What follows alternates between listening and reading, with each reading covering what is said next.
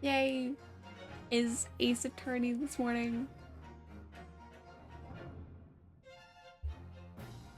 I'm excited. We're getting there. Like this game.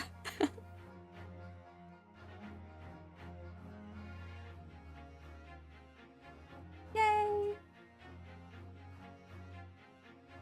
And we're finally gonna be in England.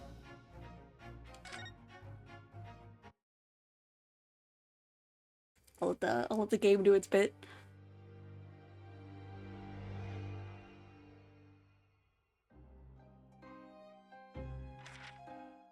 Glancing over my records of the late last century, I am faced by the events of a certain bitter winter. A murder in a carriage as it sped through dense London fog in the dead of night. Though the victim and the perpetrator were the only ones inside, there were multiple witnesses to the crime itself. However, none could have imagined at the time that such a seemingly obvious case as this would end in such a horrendous manner. Spooky.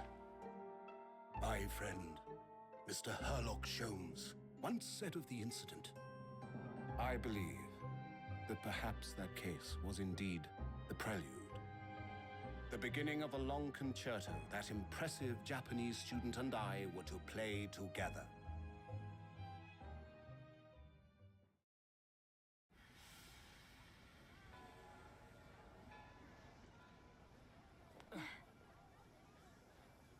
Amazing. Is this really just a railway station? Railway station or not, I've never seen such an enormous building before. And look at all the steam locomotives. This country is incredible. And we only just got here.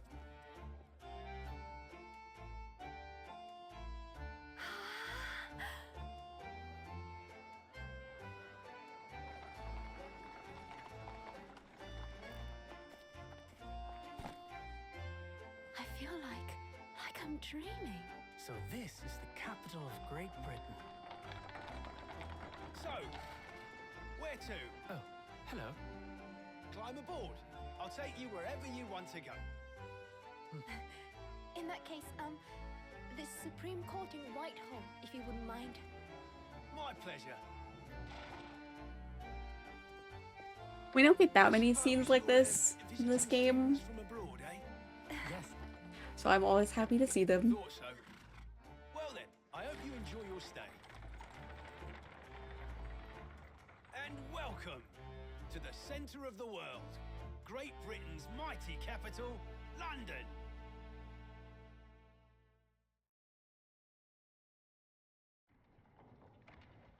We made it!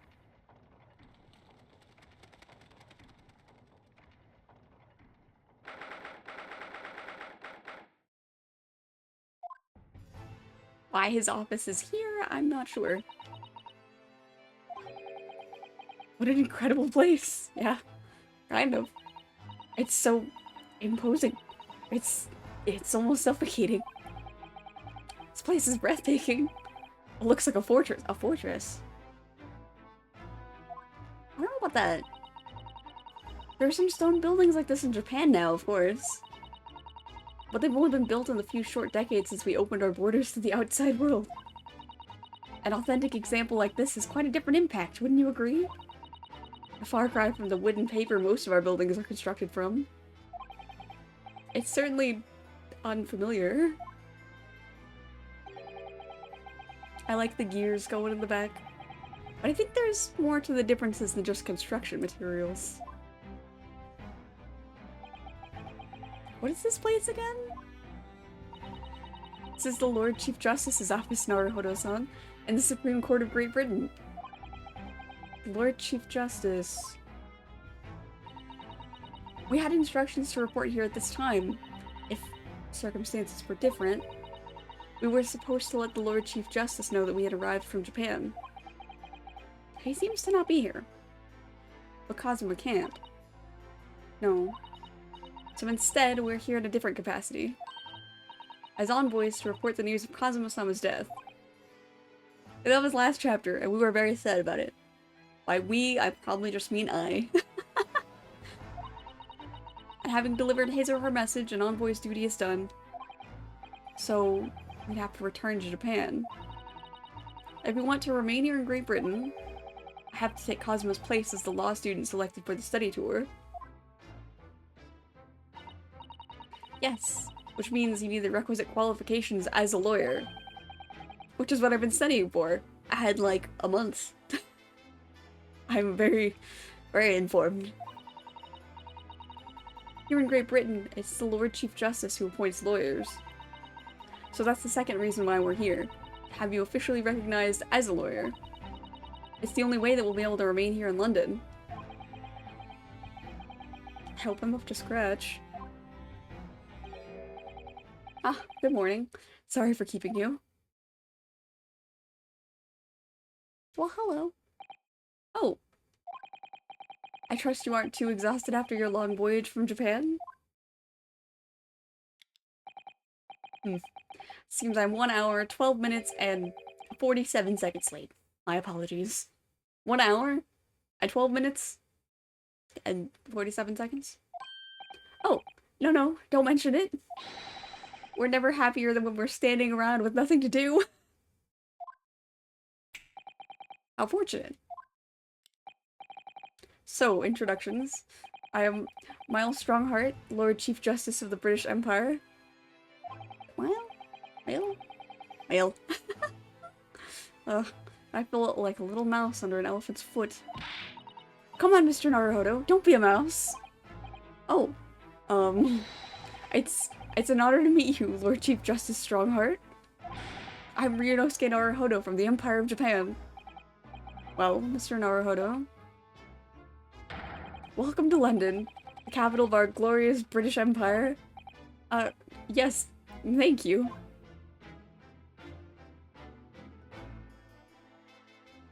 Hi. Let's talk about London. So, what are your impressions of our capital so far? How do you like London? Oh, help. I've been so nervous ever since I got here that I can't remember a single thing about the city. It's simply splendid, isn't it, Mr. Naruhodo? Oh, of course it is. We had a wonderful view of some of London's streets from the carriage on the way here from the station. Everything is so impressive and grand. I must say I'm almost lost for words. You seems happy with this. I'm glad to hear you like it. The city boasts tramways, piped water and gas, even cables supplying electricity. We spearhead every revolutionary new technology in the world. Every visitor to London is astounded. Oh yes, astounded is the word. Thanks for saving me there, Susato-san. And everyone seems so jolly and full of vigor. Yes. Yeah? There's much excitement about the upcoming Great Exhibition we'll be hosting here in London. Great Exhibition? Cultural and technological achievements from around the globe are to be exhibited here in our great city. It'll be the greatest spectacle of its kind in history, and will make Paris's World Fair look like a toy shop.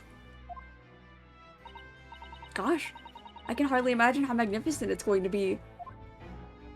We will be seeing that in the second game, if we stream that one. Great Britain's capital city is nothing but magnificent. London is the center of the modern world. Even if you do say so yourself, the sun will never set on our great empire. I know, I was in the middle of my dailies. I haven't done any dailies today. Perhaps it is fate that in these progressive times we welcome visitors from the land of the rising sun. So, about that lawyer thing. Lord Chief Justice. I think you were expecting a student of law for the study tour, weren't you? Absolutely. Mr. Kazuma Asogi, if my memory serves. That's right. The British government has already been telegraphed a full report on the situation. I understand the young man lost his life aboard the steamship bound for our shores. That's amazing. The news reached him before we even arrived. Such a shame. My country naturally extends its deepest condolences to yours. Oh, thank you. And you honored this appointment specifically to inform me of the news? Yes. We did indeed. We're here in the capacity of envoys from Japan to report the sad news in person. They tell me you Japanese are a people of protocol and courtesy, and I see that it's true. And it is with some regret that I must inform you that the death of the young lawyer means the study tour arrangement can no longer proceed. But you didn't have to rush. I'll be here for a little bit, I'm assuming. If you would just hear us out, Lord Strongheart. What do you have to say, madam? It's about the study tour. Mr. Naruhodo here would like to make a proposal. Would he now? Well, Mr. Naruhodo? This is it then. The moment of truth.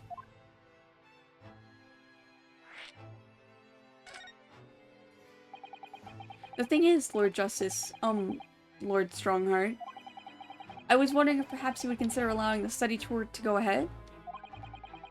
Don't misunderstand me. Britain would ideally like to see the tour go ahead. But without a lawyer from your country, there's nothing to be done. Well, in that case, what if there was someone else? Another lawyer from Japan, I mean.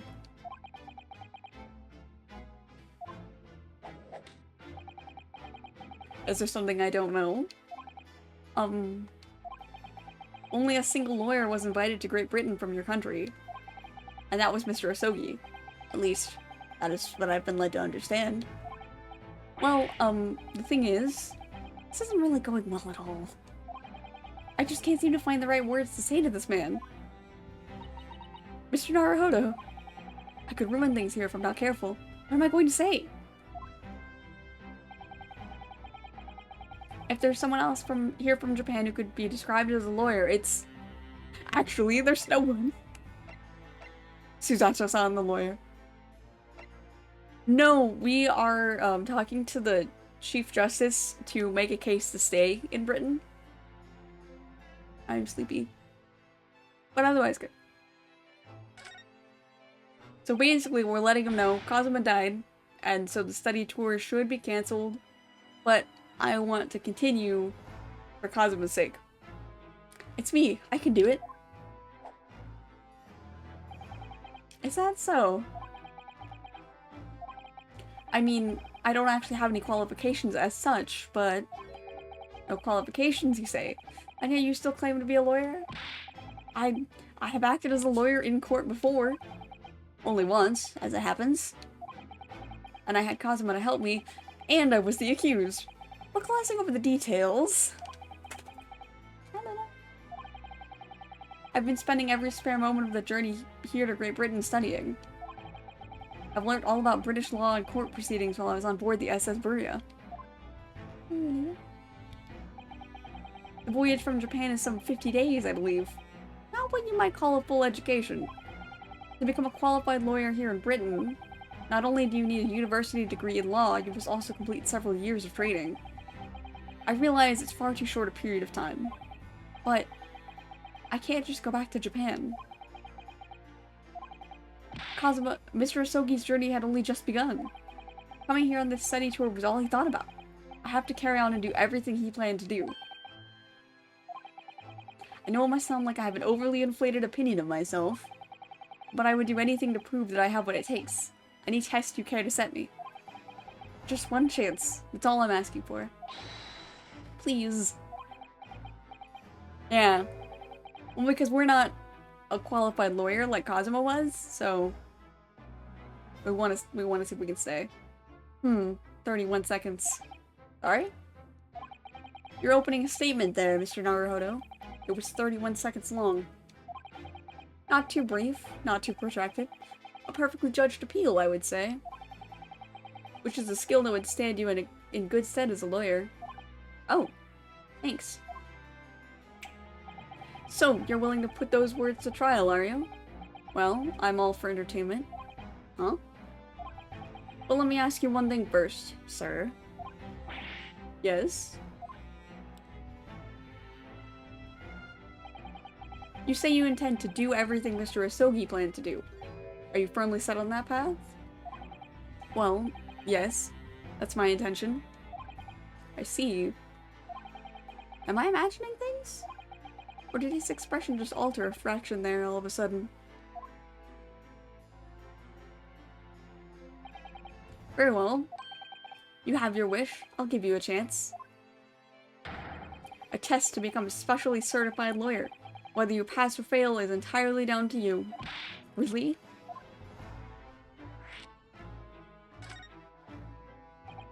So, what form will the test take exactly? Tell me, Mr. Naruhodo, what do you consider the role of a lawyer to be? Well, defending people, of course. Well said. So, let's have you defend someone. Huh?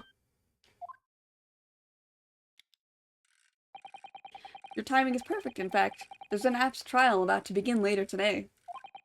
No advocate has been appointed for the defense as yet, so this will be welcome news. Today? Straight away? If you manage to secure a verdict of not guilty, you'll have passed my test. What could be simpler? Ugh. How do I get myself into these situations? Well, could I ask, what sort of trial is it, Lord Strongheart? Yes, good question. I remember. It's a murder trial. Of course it is. We don't do much else in here. A murder? An extremely simple case, I understand. You really can't lose. That's easy to say. But I should mention, just in case. If the defendant is found guilty, he will of course be sentenced to capital punishment. Capital punishment? He'll be put to death? Here in Great Britain, murderers are sent to the gallows without exception. Presumably you read that much in your short C-based introduction to British law? I can read. We can't possibly agree to such a test. We would be toying with the man's life. I mean, yeah. I'm the Lord Chief Justice, and I've decided it's acceptable. But you can't do that. Can you? He can. He can, and he will, and he did. There's no need to overcomplicate this. All you have to do is ensure that you don't lose. So the defendant may live or die depending on how well I perform in court? If I lose, he'll be hanged. Mr. Naruhodo, you've come to me claiming to be a lawyer. If you want me to take you seriously, you need to prove you're willing to do a lawyer's job. And you say you intend to see through the will of your compatriot, Mr. Asogi. I would like to understand just how far you're willing to go in order to make that happen. He's testing my resolve. What's the matter? You've fallen silent. I'm sorry, but time is pressing. The trial begins shortly. I need an answer from you now. What's it to be? Of course we'll do it. What do I say? Do I agree to this absurd test? Of course I do. Alright then, if I have to give you a decision now, my answer is... I can't do it. I can't get the words out. 15 seconds. Your decision making needs work if you want to be a lawyer. That was too slow.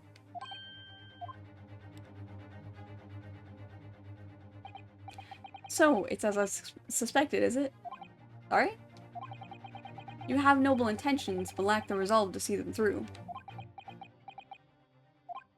The test is cancelled. Thank you for stopping by. Go and acquire your ticket for passage back to the east tomorrow. This conversation is over. Yes, Lord Strongheart. Thank you for offering me a chance. Mr. Naruhodo. I'm sorry, Miss Susato. What could I do?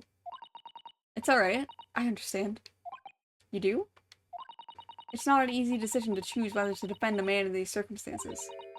But resolve has absolutely nothing to do with it. What are you trying to say, madam? I think what Miss Susato means is that no matter how badly I'd like to be recognized as a lawyer and say here in Great Britain, to risk another man's life by treating his one and only chance at a trial so trivially would be utterly unforgivable. And I feel exactly the same way. I'm sure the defendant won't see this trial as a test, some kind of experiment.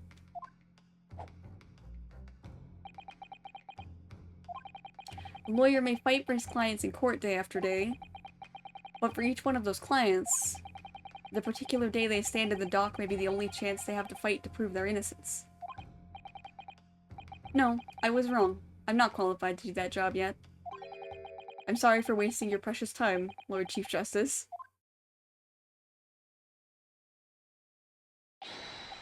Wait, Mr. Naruhodo? Oh. We changed his mind? Oh? Was there something else? It's approximately 20 minutes by carriage to the Old Bailey from here. If you leave immediately, you should still be there in time. But I just said that I was quite serious in what I told you. The defendant in this case has literally no one to advocate for him. What? At this point, he can't hope to find someone to represent him. The trial will begin without a defense. And if that happens, there's only one possible outcome. So even though we said no, I still say yes. He will receive the most severe sentence the judge can pass down. But that's awful. But that is the truth. Why does it have to be like this? Please don't expect an answer to every question. The cold hard truth of the matter is that there's only one person now with a chance to save this man from a very miserable end. And that is you. Oh, there's no pressure. It's fine. I'm really his only hope. So, what do you say now, madam? Me? What do you mean, Lord Strongheart? You said it wasn't an easy decision to choose whether to defend a man in these circumstances. And I agree. But in my estimation, it's purely and simply a matter of resolve. Oh. Our time is up here. I have a meeting to attend. I must leave in 2 minutes and 16 seconds. So, venture into our great city and enjoy yourselves.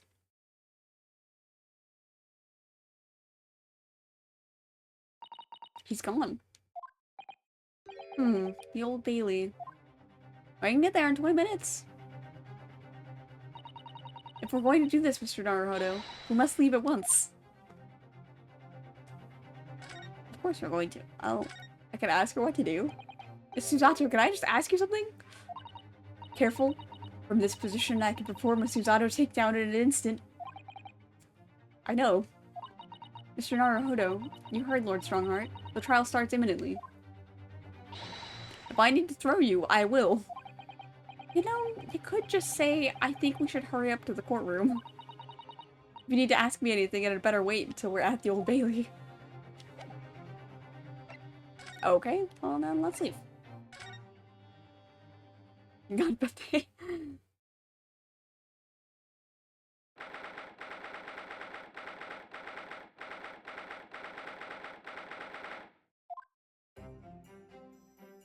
We made it. Oh, thank goodness we're in time. There's still 15 minutes until the trial begins. I mean, she did that a couple times in the last chapter. She is stronger than us. I never knew a horse-drawn carriage could go so fast. I thought my teeth were going to rattle loose. Did you hear what I said to the driver when we climbed aboard? I know, thank you for the head pat. Get us to our destination in 5 minutes, driver, and there's a guinea in it for you. It's one of my favorite lines from the Herlock Sholmes stories, and it worked quite perfectly. I'm not sure why you're so pleased. I thought we were going to die, and we had to pay gold for the privilege. Well, at least we arrived here before the trial started. Yes, I suppose there's that. Anyway, I don't understand it. The court clerk said the defendant should be here, but there's no sign of him at all.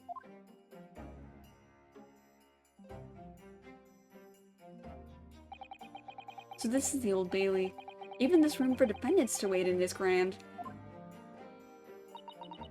Are you alright, Mr. Naruhodo? I'm feeling tense, that's all. This place gives me the same sense of foreboding that I remember from the Supreme Court in Japan. An oppressive air, almost as if the building itself is going to crush whoever's about to be sentenced. Feels like only yesterday that I was the one about to be crushed. Yes, whoever the man you're to defend is, I imagine he's feeling very alone at this moment. I don't want to top of the morning to you, madam. Sir.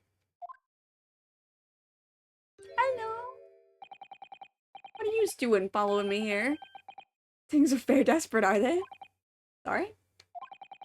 Would you look at those expressionless faces? From the east, are you? We're from Japan, yes. Top of the morning to you, laddie, I know. Ah, Japan, is it? Right, say no more. So, how much do you need? No, we're just here because... No need to explain, fella. I've been there myself, so I have. No place to go, nothing to eat, barely a penny to your name, and all while in a strange, faraway land. Well, actually... We haven't found a place to stay yet, no. We haven't worried about it yet. 'Tis grand, 'tis grand. Let me start by giving you 1,000 guineas. Say nothing now. A 1,000? Please, Mr. Zato, you don't have to shout.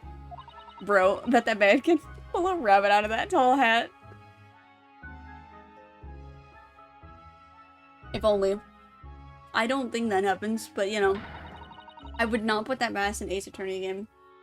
Actually, I feel like there has been an Ace Attorney game where someone does pull a rabbit out of a hat. I mean, in the trial in Japan, in this game, there was the lady with the hat that was like a swan. And then it just kind of started flying around the courtroom. Was enough to build an entire mansion in the most prestigious area of Tokyo? Oh, well. Gold bullions fall out if you take it off. It's nothing to me at all. I like to ensure I have sufficient funds to weather a rainy day, you see. I have enough wealth to buy the city of London 2 or 3 times over. Could that much rain even fall in one day? Well, even so, we couldn't possibly accept such a large sum of money. Ah, that hit me in the eye. Don't get me wrong, fella. I'm not giving it yet no strings attached. I'll be wanting you to do something for me. Oh? To be honest, it's a little embarrassing. The trial is about to begin, you see. It's for me good self here. I'll be in the dock. Mr. Linguini! So now, what I want you to do is come along with me and stand there beside me. Officially, you'd be my lawyer, but that's just a little detail now.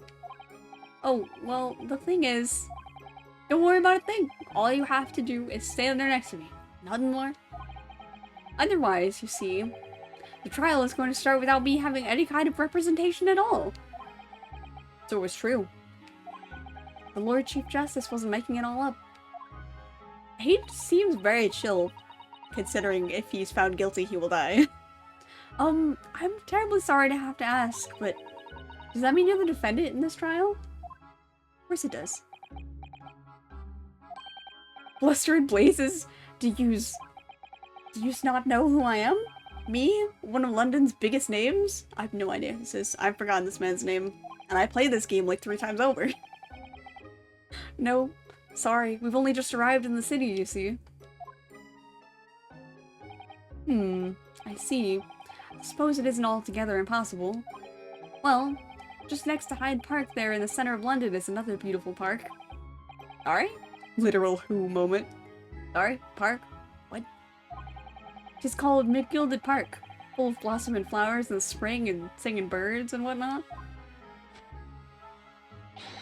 I donated it to the city, so I did. An entire park? In central London? A city of smiles. That's my vision for London. There's nothing Magnus McGilded wouldn't do for the city and its square old people. That's amazing. I mean, really extraordinary. But now they've got the gall to say I'm a good-for-nothing criminal. Me, Magnus McGilded. What is the matter with the London police, I ask you? Alright, don't pass out. Don't pass out. Mr. Magnus Moneybags McGilded. True. Mr. Naruto. Perhaps now would be a good time to introduce ourselves while the gentleman catches his breath. Good idea. Oh, he's hyperventilating. Mr. McGilded, the thing is, we're actually here in London to study British law. We're law students on a study tour from Japan, you see. Huh? So, if you don't have a lawyer for the trial yet, and you'd be happy to put yourself in our hands, we'll do our best. What was I after saying, you daft Egypt? Daft Egypt? Why did they spell Egypt that way? I'd be like, with an I. I've given you 1,000 guineas to stand up there next to me, haven't I?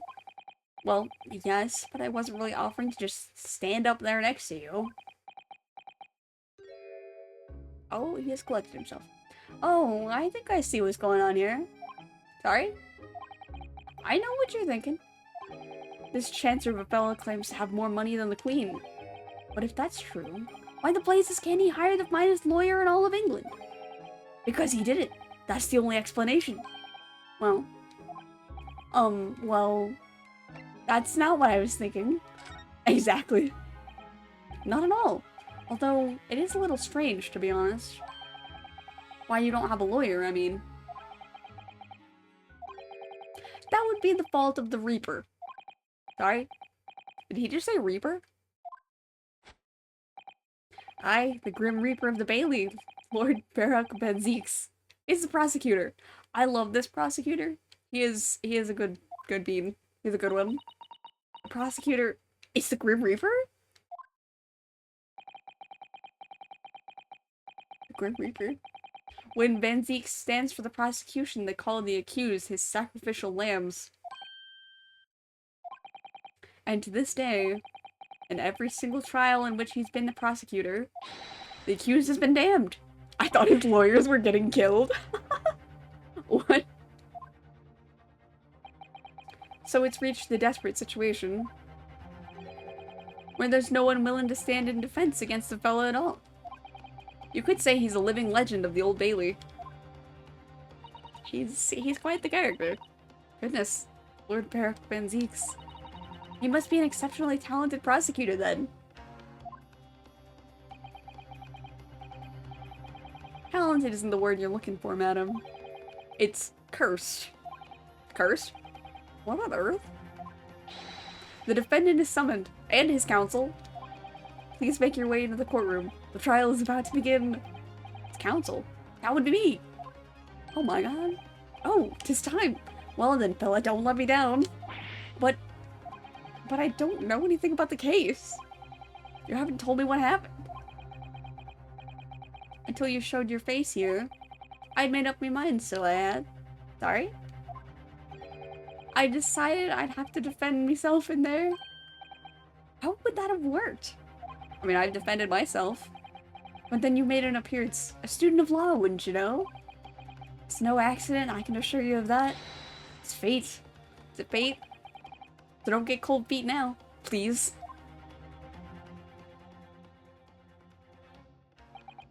This case is really a spicy one. I literally know nothing about the case, or about this man who stands accused. In fact, the only thing I do know is that I can't just turn my back on him.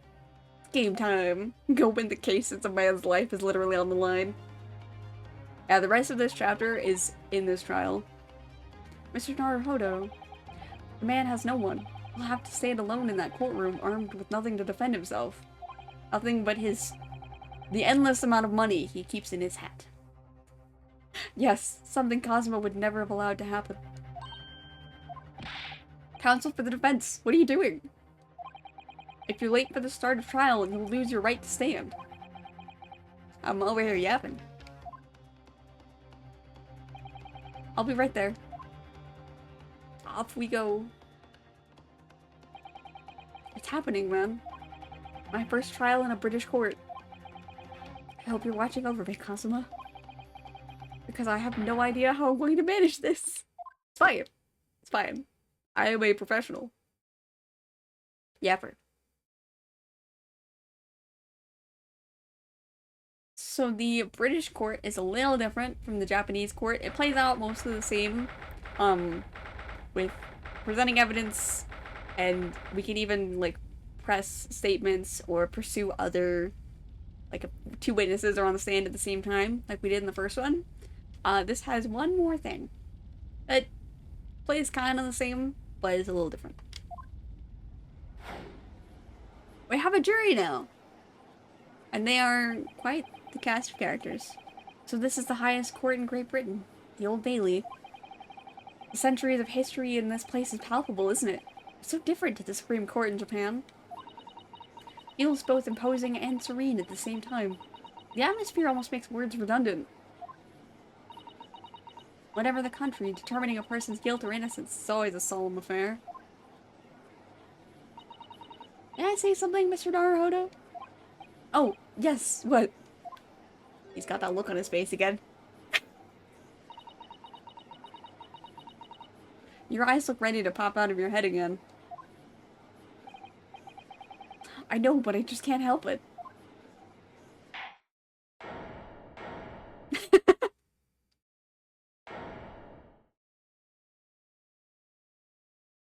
Hello.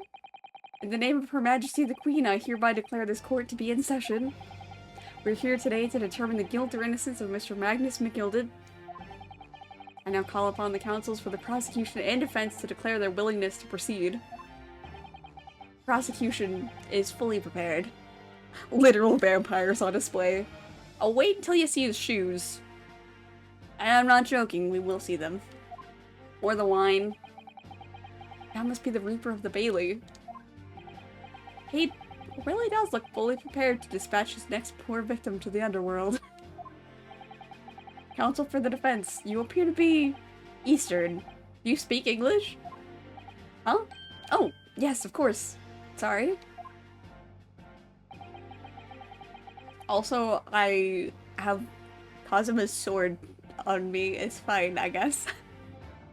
But he asked if the defense was ready. And I couldn't be further from ready if I tried.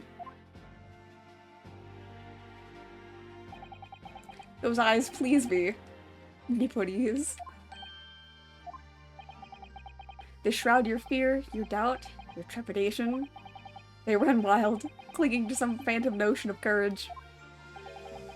The quintessential look of a sacrificial lamb. A cold shiver just ran down my spine all the way to the tips of my toes. Now, Mr. McGilded. Yes, my lord? You stand accused of murder, a capital offense. You could be sent to the gallows if found guilty. Are you quite sure you wish to entrust your defense to this foreigner? As I've always said, my lord, it's a grand thing to give opportunities to the young. Arrest Naruhodo for carrying a weapon in a courtroom. Even if the fella is a student from some little island off in the Far East. Is it not the British way to ignore the dangers to yourself and give those less fortunate a fair chance? I'd like to think that acts of chivalry do the great British Empire proud. Listen to Mr. McGilded. What a fine gentleman London has in him. Did you hear that he donated £5,000 to the government the other day? Mother, please, may we play in McGilded Park? Seems as though everyone in the public gallery is firmly behind Mr. McGilded.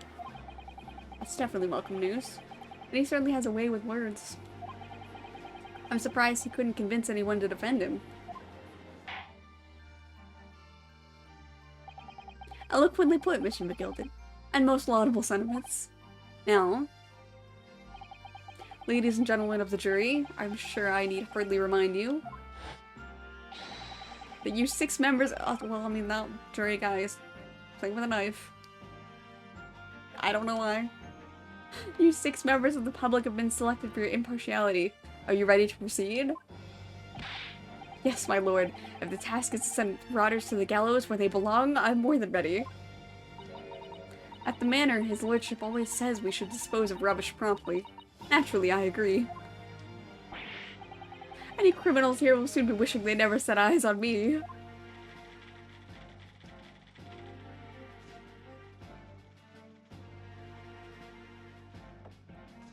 Do you think they're really gonna be impartial? I feel a chill. Oh, don't mind me, my dears. I'll just be getting on with my knitting. Must finish these mitts for my grandson. Mr. Naruhodo, these people are the jury. Yes. That's something we don't have in Japan yet. That's right. I've only ever read about it. But here in Great Britain, the court's final verdict depends on the opinions of these 6 jurors. The judge passes sentence according to the law, but the jurors determine guilt based on common sense. Was Judge 3 and 5 carrying things you shouldn't in a courtroom? There's the knife, the whole typewriter. What looks like alcohol, probably. And, knitting needles. So the defendant is ultimately judged from 2 completely different points of view. But how exactly do the jurors give their verdict? That I don't know, but I'm sure it'll become clear as the trial progresses. It will. It will indeed. Can confirm. Prosecutor Ben Zeeks. My lord? It's been a number of years since we've seen you here in the courtroom. I thought you'd renounced your fame. I'm known as the Reaper of the Bailey, my lord. Infamy, rather than fame, I would say. But yes, 5 years have passed since I last spread my wings in this capacity. So what brings you back? Is there some change of circumstance of which the court should be aware?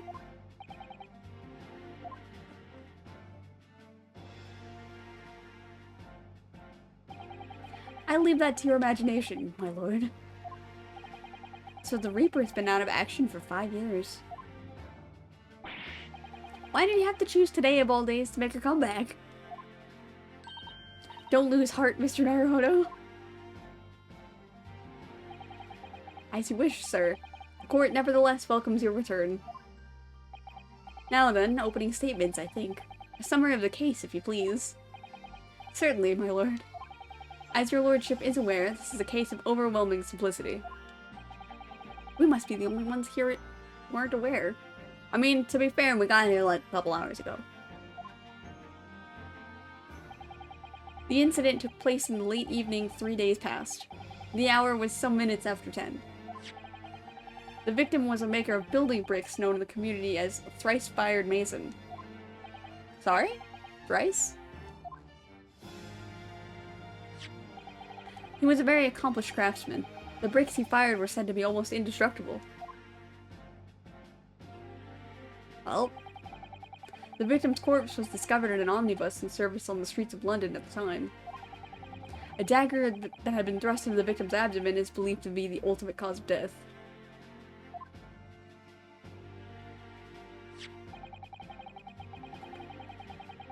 Here's the autopsy report from the investigating medical officer at Scotland Yard.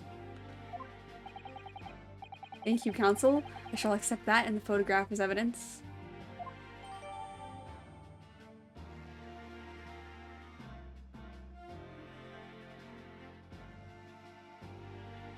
Yay! Details. And photograph. And one further item of evidence. The prosecution wishes to submit these as well. And these are? Good lord! Is that blood, counsel? Yes, my lord. Seized by a policeman who arrived at the scene. Hello!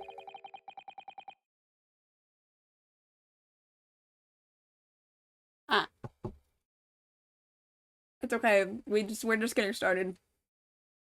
These gore-soaked gloves were taken from the hands of the accused when he was arrested. Simple case, right? Right, guys? Surely this won't take long. Is okay. The VOD will exist, and unlike my Kingdom Hearts VODs, Twitch will not just arbitrarily mute them. Yes, I'm still mad about it. I will be salty for a long time. The YouTube ones seem to have the audio on them, so if you miss those live, I'm sorry. I will have to point you to my YouTube instead. Because Twitch mutes me and I'm kind of afraid to appeal them. I think it's dumb. Mr. McGilden's gloves had blood on them? They did indeed. Such a simple court case, you guys. Easy. We'll be done within the hour. Yes, I will accept these as evidence as well. There's a blood stain on the right one. What if he was left-handed? I don't know that he is. I'm just making stuff up. What's... Well... Stabbed once. Died. Internal hemorrhaging. Not a lot of details. That's the picture that we already saw. Can I examine these a little more closely? This is definitely blood, isn't it? Not the most pleasant sight to be confronted with on our first day in London. Well, nothing will come of grumbling now. No. By the way, is Mr. McGilden right-handed? Yes, I believe so. Dang it. He was toying with a coin in his right hand a little earlier. Pity. If only he had been left-handed.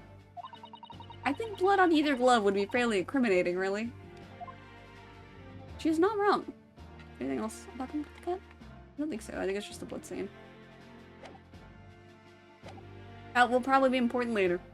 How did I get into this? I backed into a corner before I've even started. Continuing. Wait, there's more.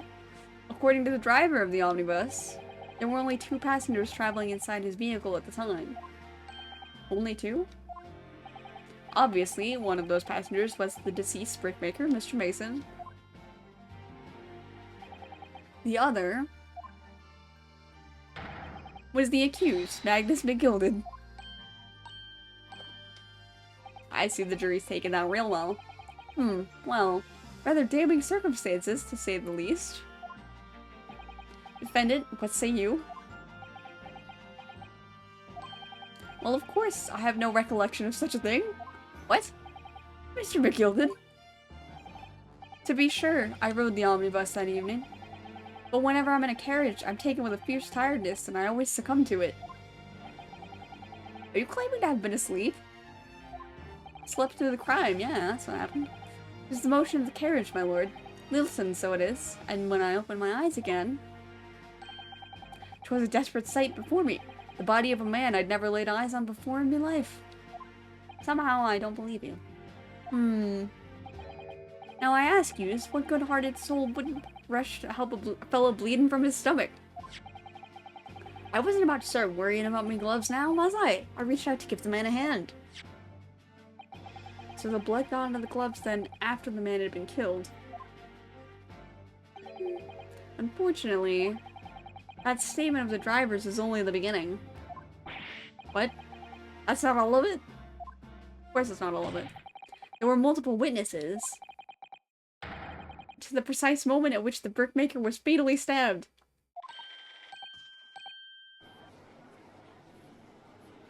Man, I wish I typed as fast as that lady. Order? Order? Order? Order? Ord. When the killing took place, only the victim and the accused were inside the carriage. And there were witnesses to the crime. Well, if it was... This is not just a case of compelling evidence. It's the nail in the coffin for the accused. Thank you, counsel. The circumstances of the crime have been made quite clear. I think we will hear testimony from these witnesses first of all. Yay! Your wish is my command. Bailiff, bring the witnesses in at once. Here we go. Is witness time... Oh yeah, there were... Oh, there's 3 of them. I forgot if it was 2 or 3. I recognize these guys. Witnesses, your names and occupations. My name is... Well, everyone calls me Beppo. I drive an omnibus in the East End. Bruce Fairplay. I'm a banker in the city. My name's First. Lady First. I, make hats for gents. Nice hat. Let's begin by confirming the facts. 3 days ago, at a short time after 10 o'clock in the evening, all of you present in the stand were in an omnibus and witness to the aforementioned incident. Is that correct? Yes, sir. Quite right. Yes, sir, that's right, sir. Lady first. Very well then, let's proceed to your formal testimonies, please. Each of you will tell the court precisely what you saw.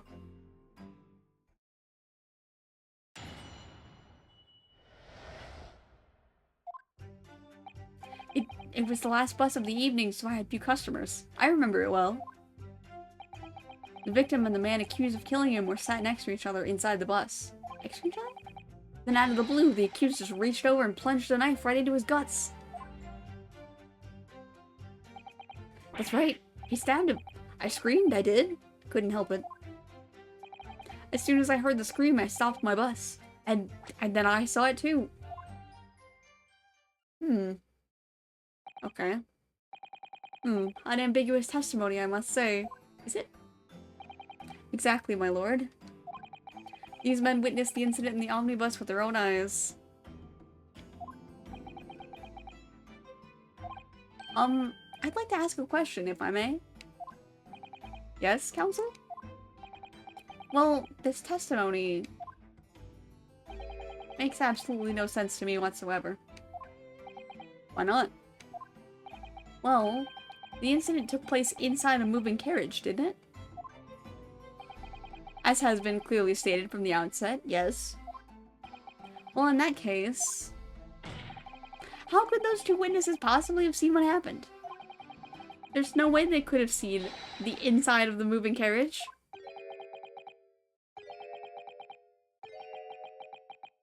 Everybody's like, How quaint. I had read that civilization in the Eastern Island nations was a good century behind our own. But you're here in London yourself. Are you really so ignorant about our omnibuses? Huh? Of course I am. Tell me, my iniquitous friend. Have you ever traveled in an omnibus? Well, no. We, only arrived in London this morning. No matter. I've arranged for us all to see for ourselves. The actual scene of the crime, that is. What do you mean? The actual scene? How? A carriage is designed to be moved, after all. Presumably you understand that much? Yes. The omnibus in which this bloody crime took place is here today, in this very building. Here? What? The entire carriage? Bailiff? Bring forth the stricken omnibus. It has a fun detail on it. On the back. Has a nice little reference. So that's an omnibus. The omnibus. I can't believe they could bring something so enormous in here. Great Britain's courtrooms are amazing. As you can see, the omnibus is pulled by 2 horses and can carry up to 8 passengers.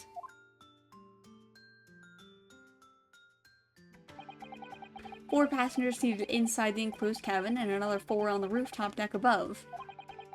Every Londoner knows that the best views of the city's architecture and sights are to be had from the top of an omnibus.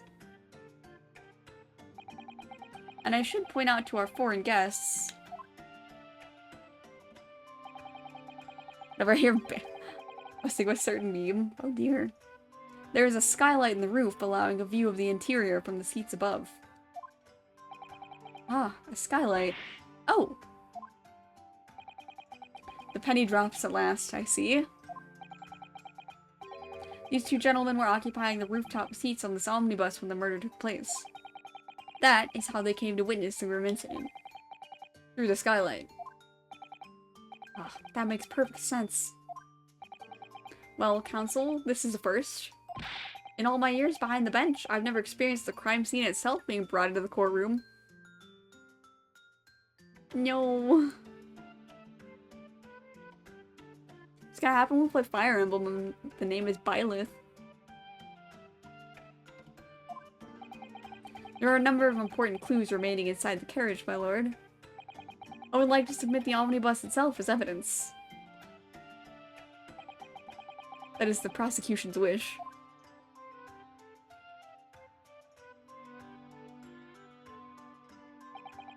Very well, I see no reason why not. This omnibus is hereby formally accepted as evidence. Cool. I can't believe it. The entire crime scene entered as evidence? Can I click on it and look at it? If you turn it to the right here, it says Phoenix Wright Omnibus on the back. Can I look at... You can look at the skylight. You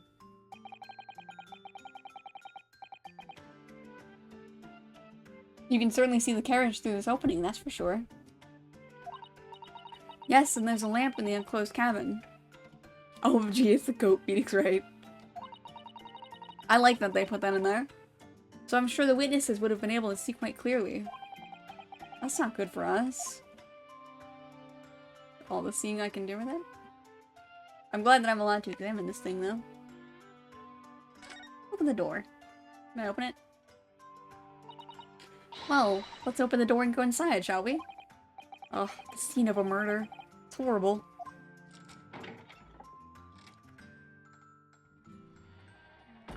Well, there's the bloodstain. That's blood that's soaked into the seat. The victim's, obviously. Yes, and that seat would be clearly visible from the roof deck. Would you really stab somebody in full view of the other passengers like that, I wonder?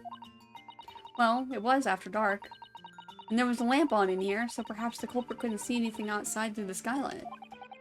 Whichever way you look at it, it doesn't seem like it was a planned attack.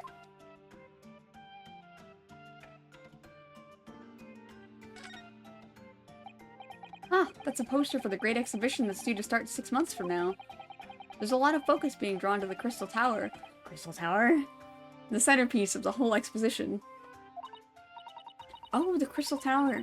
It's under construction already, I believe. People all over London must be fizzing with excitement at the prospect of such a grand event.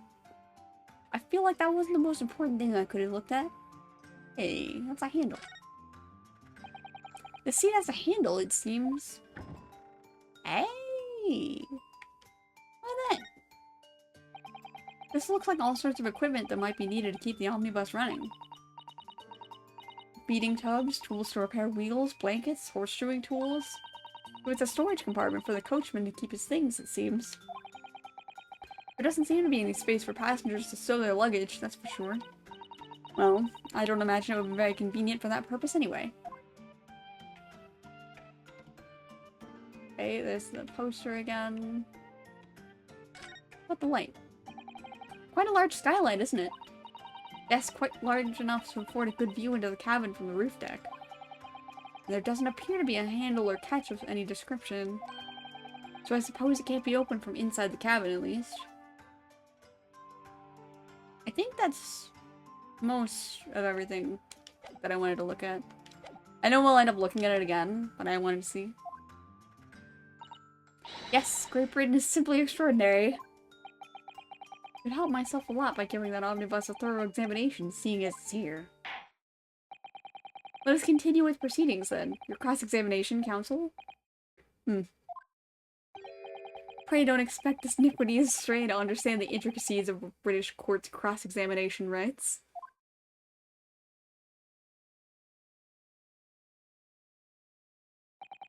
Alright. My first cross-examination in a British court. Focus, Ryunosuke. Focus! Let me save real quick before that. We haven't actually saved yet today.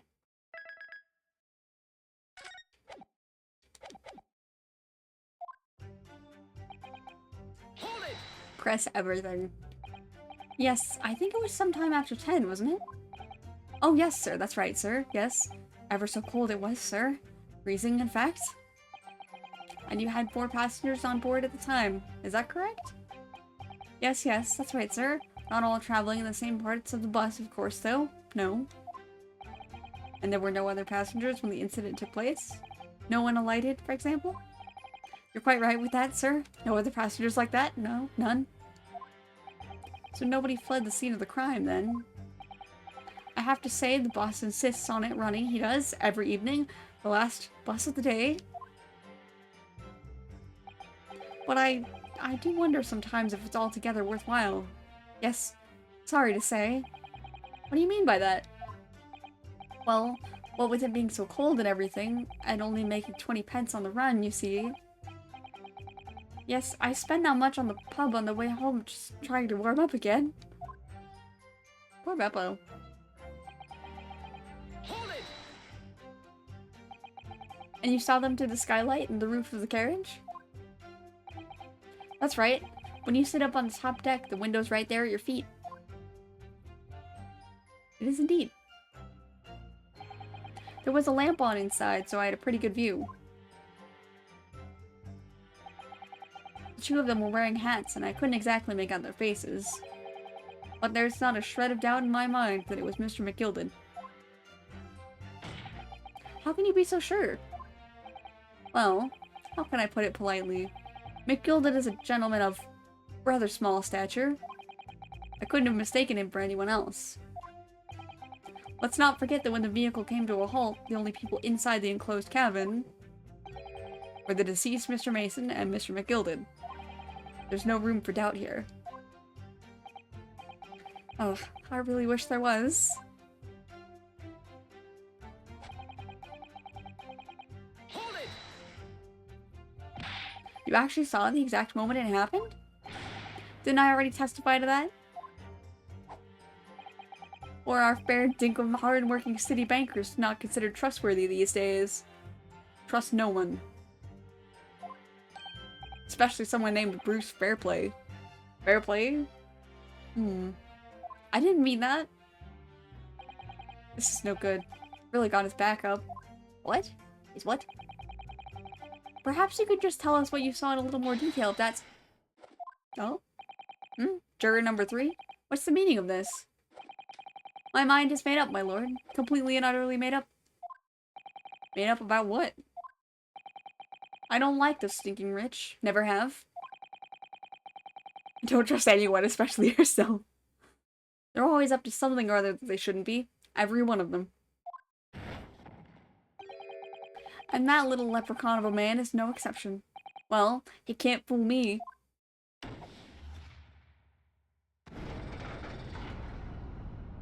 Uh-oh.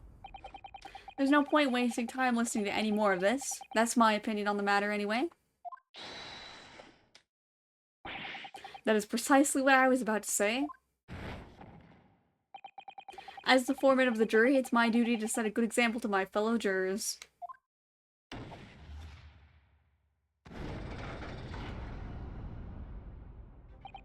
What the? What's happening here? Fortunately, Suzato's book has all the answers. Let me see. Ah yes, it seems that's how members of the jury give their verdicts. With fire? Apparently, yes. White for innocent and black for guilty. Does the flames do that? I don't know. Never, don't think too hard about the accuracy of this game, otherwise we'd be stuck. As the 6 members of the jury make up their minds about the case, one by one they each cast a ball of fire into the great scales of justice, as we saw a moment ago. Fortunately, they're always perfectly aimed and never miss. So if those enormous scales fall completely to the black side, does that mean... Does. I suppose that's true. I had somebody in my chat who, like, was all in on the, like, IRL issues. And I'm like, no, don't think about it too hard. It won't be fun that way. Suspend a little disbelief. Or a lot of disbelief, in the case of the, fire thing. Let's do our very best to make sure that doesn't happen. Now I'm even more worried than I was before. Very well.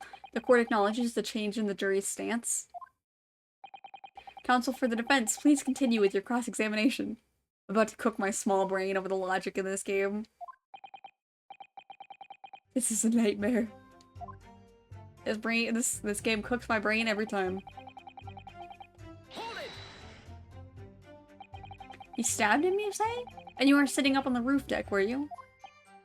Yes, that's right, sir. I was up on the roof seats. I remember seeing the little gent sitting next to the fellow that was stabbed. I'd been thinking about a new hat design, you see, so I was just gazing absent-mindedly around. But then I happened to look down through the skylight. It was sticking right out from his belly. That huge great knife. A grim sight indeed. That didn't help me at all. The jury does not like this. The jury look like they're even more convinced my client did it than they were before. That appears to have made everyone even more dubious that Mr. McGilded is telling the truth. If only we had some evidence to counter their suspicions. Mr. First? Oh, yes? Yes, sir? Is this the knife you saw? Oh dear. Oh, good grief! Yes, that's it! The very one, sir! Is that? Yes, counsel. This is the blade that was driven into the victim's belly like a stake through the heart.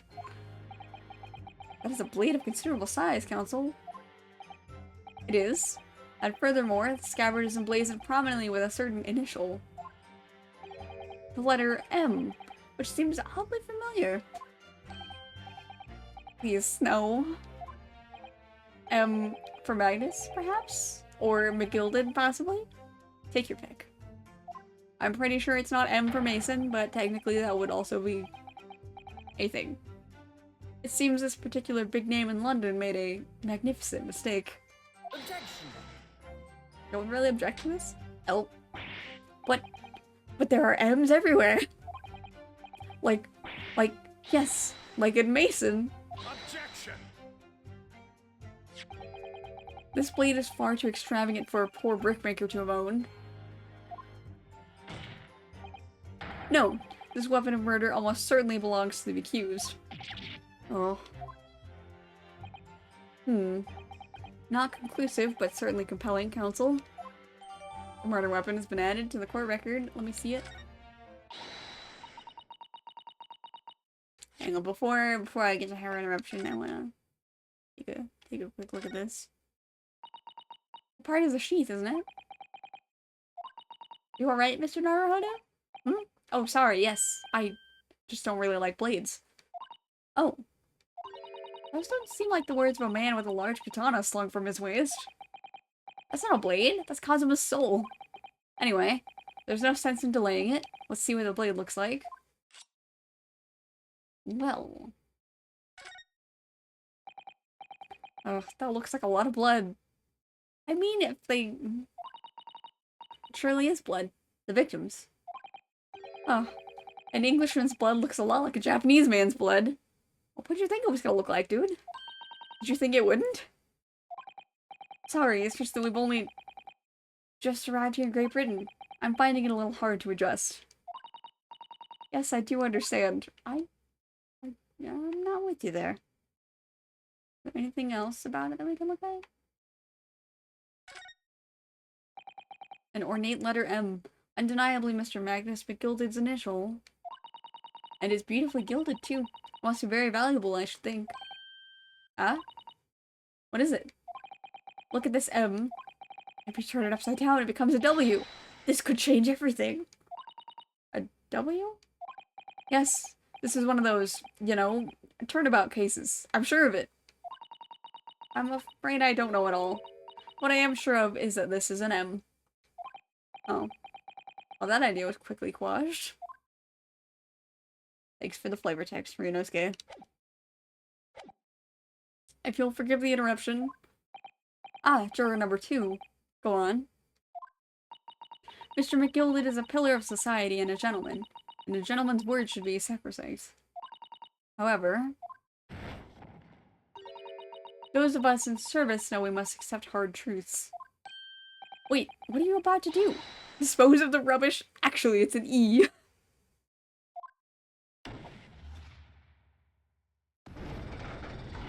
Oh dear, that is looking good for us. No. I don't wish to cause offense, but I do like to eradicate all traces of filth and grime.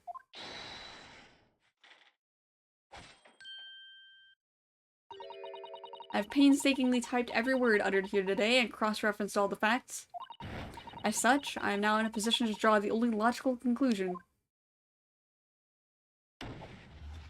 Well, that's 4 of them. Not again. That's 4 out of 6 jury members who've proposed a guilty verdict. There are only 2 left. We've had it.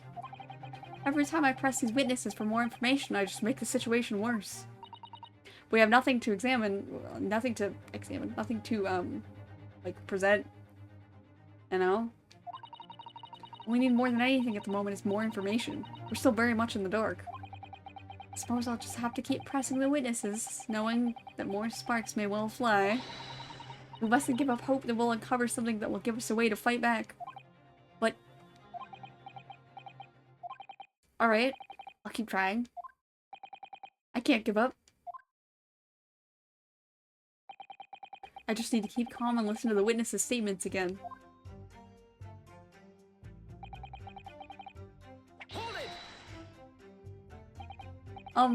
What exactly did you see? Oh, well, sir, that would be the passenger, sir. Yes, collapsed on the floor he was. Collapsed on the floor? That's not how I saw him. And by the passenger, obviously you're referring to the victim, Mr. Mason, the brickmaker. And then the other passenger had that knife in his hand like this. By the passenger, obviously you were referring to the accused, Mr. Magnus McGilded. And then he plunged it down like this, stabbing the other passenger in the belly. What? I feel like that's not how this went down. My lord, I wish to speak. Yes, juror number 5? Do I take it that you too, as the master of the London Guild of Coachmen, right, impartial juror, isn't he? The idea of a murder being committed in one of the city's carriages is utterly abhorrent to me.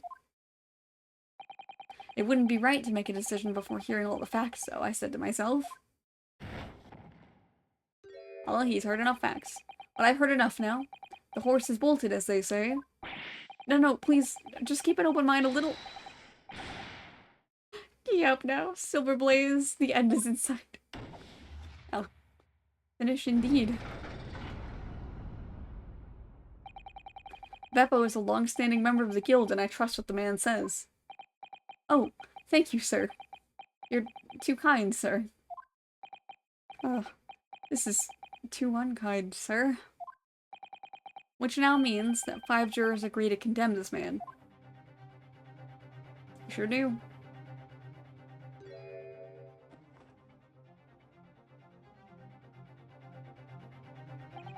Madam Juror number 6. Yes, dear? What can I do for you? You have heard the testimonies of the witnesses in the stand? Oh, yes. I certainly have. Still got my hearing, you know.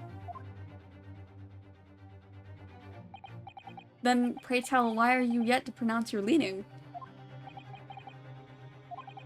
Well, dear, the thing is, I'm a creature of habit, me. I always go to the park at around this time of day. I sit on a nice bench and get on with my knitting. There's a lovely little park just near where I live. McGilded Park, it's called.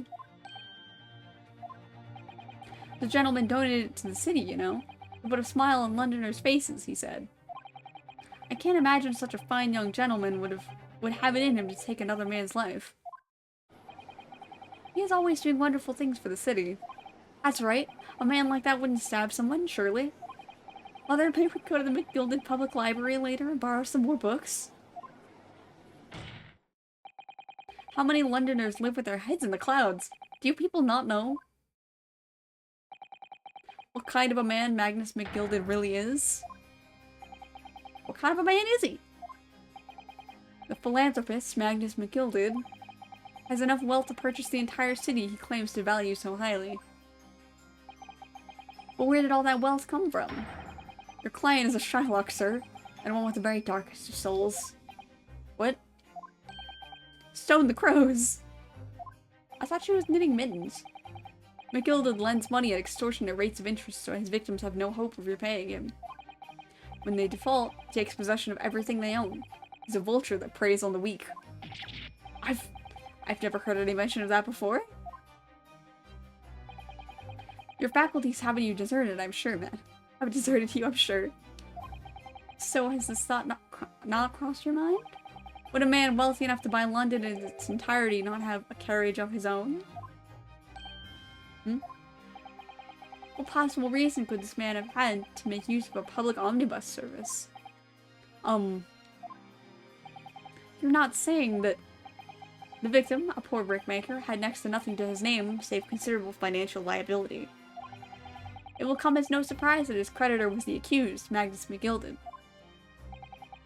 Well, let it also be known that the very day Mr. Mason was killed was the final repayment date for his debts. Good gracious. The brickmaker was destitute. He had lost his house, he had not a shilling with which to repay his debts. And in the end, this pitiful soul had the very last thing he owned taken from him. His life. By the merciless philanthropist pretender, Magnus McGilded. I don't believe it. If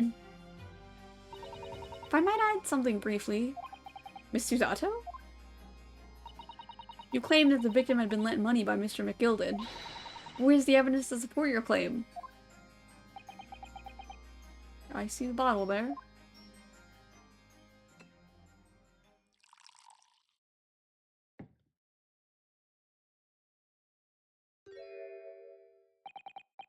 Pray forgive the discourtesy of filling my hallowed chalice in a court of law. Aha! There it is! Lord Banzeek's hallowed chalice.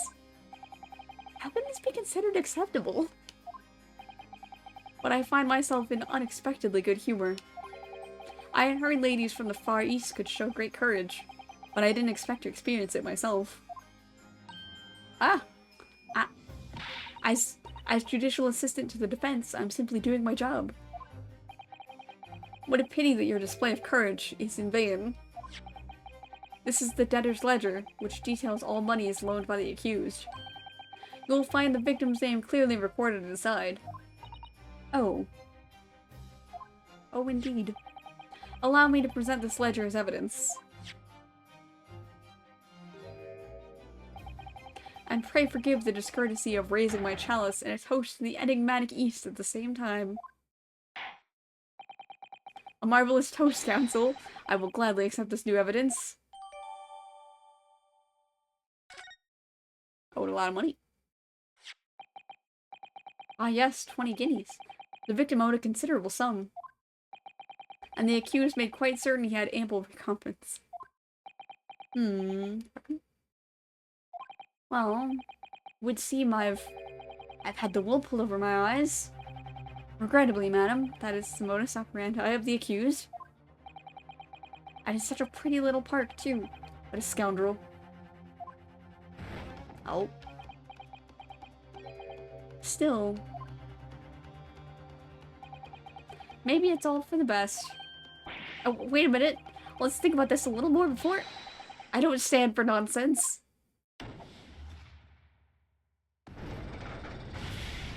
Well, this is a problem.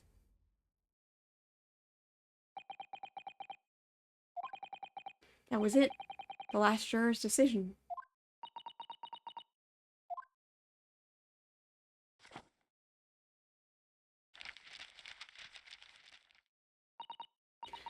According to this Encyclopedia of British Law, when all members of the jury have concluded that the defendant is guilty, court proceedings are suspended and the presiding judge will deliver the final verdict and sentence.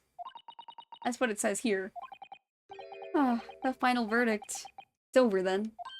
Oh. There's a footnote, though. Saved by a footnote. However, the defense...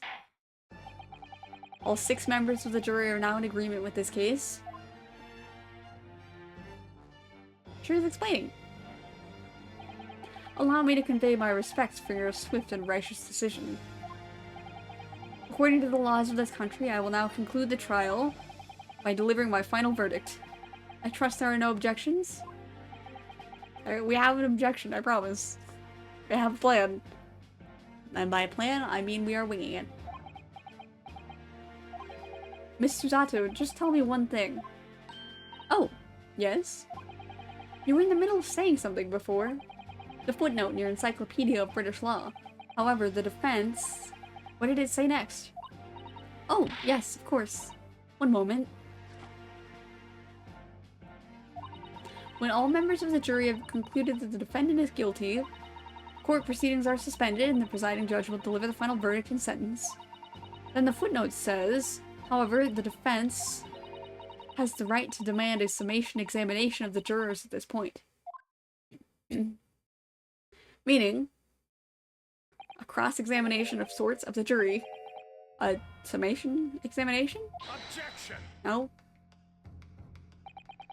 A summation examination?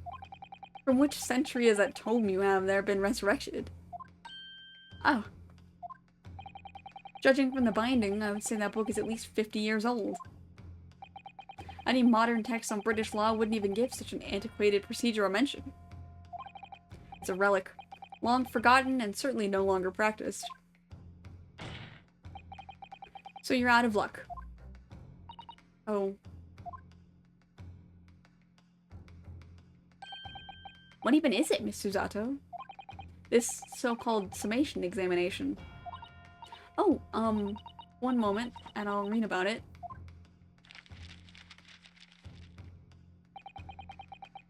You would demand the right to a procedure before you even understand what it entails? Typical Nipponese. Alright, Mr. Naruhodo, I think I understand. It seems that under this procedure, we'd be able to appeal to the members of the jury. To do what, exactly? Appeal to them to change their leaning and reverse their decisions. And it says here that, if successful, the proceedings of the trial must be resumed. Make them reverse their decisions. Yes, in times gone by, barristers would use a summation examination to attempt to influence the jury's decision. But that procedure became something of a formality with no practical benefit, really, though it rather fell out of use. I wonder why. Because it was devoid of purpose. Well, see how devoid it is. Changing just one member of the jury's mind would be hard enough, let alone several. No self-respecting defense barrister would even assert his right to try in this day and age. Well, still, I don't see any mention of the procedure actually being formally revoked. So, by a loophole, we can do it? What are you suggesting? I said what I said. I'm suggesting that although it may be antiquated and largely forgotten, it isn't yet extinct. What do you think, Mr. Naruhodo? Think it's worth doing? A summation examination, our last possible option. Do we assert our right to carry it out, or admit defeat? Why the heck would I say forget it? We're not done yet. The defense wishes to assert its right to a summation examination, my lord. Objection! Rude. London is the capital city of the most powerful nation on earth. You have a duty to the world to exemplify the very highest standards of judicial procedure. Summation examinations are an embarrassment that should remain buried. Objection! But if it's alright, it's alright. I believe it could prove vital in this trial. The defense's petition is perfectly valid. The court will proceed with the summation examination. This is madness. Foreman, are you and the remainder of the jury ready? Well, I'm not, there was no mention of this in the letter I received, you see, so...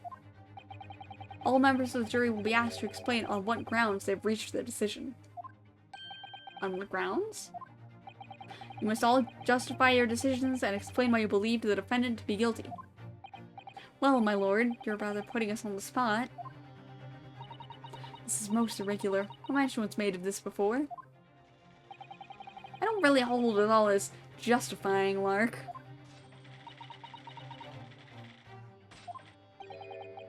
That seemed to have thrown the jurors off. Seems none of them have experienced this before. Yeah, they just said it was an antiquated thing. Alright then, the summation examination. A defense procedure no practicing lawyer has attempted for years, is it? Well, just maybe. Might be the opportunity we've been looking for. Turn this trial around. We'll certainly try. So be it then.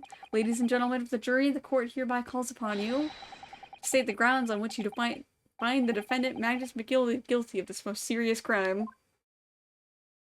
Okay.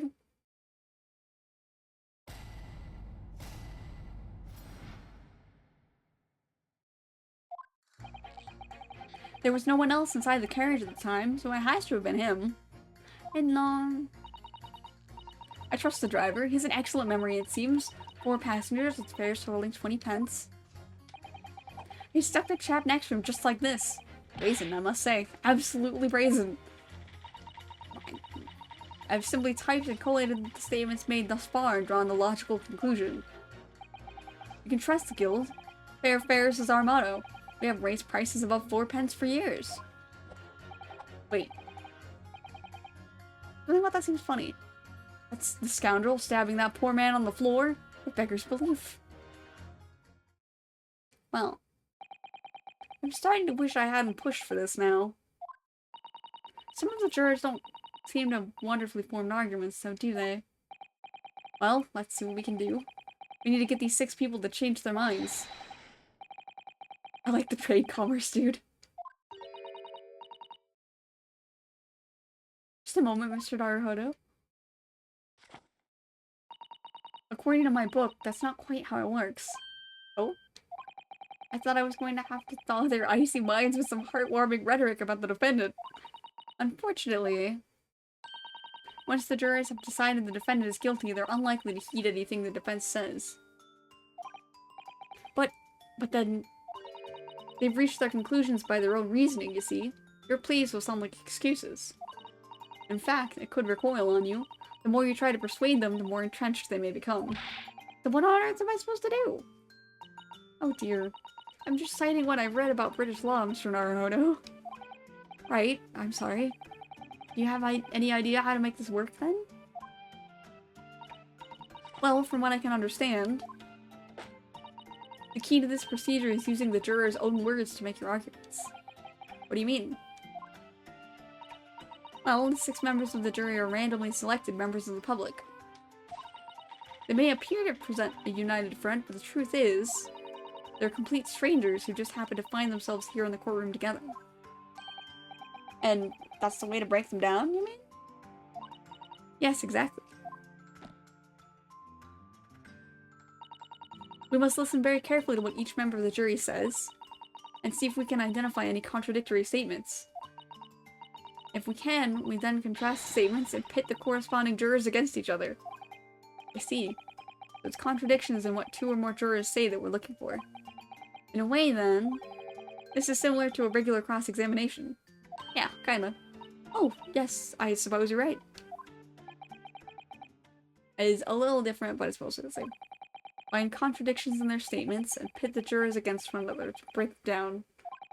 Alright, I might be able to pull this off. No, that's not right. I have to pull this off. Can we start proceedings, counsel? I would ask you to take the stand for this. I'm expecting a clear and concise rebuttal. Yes, my lord. Here we go. Hello. Your examinations.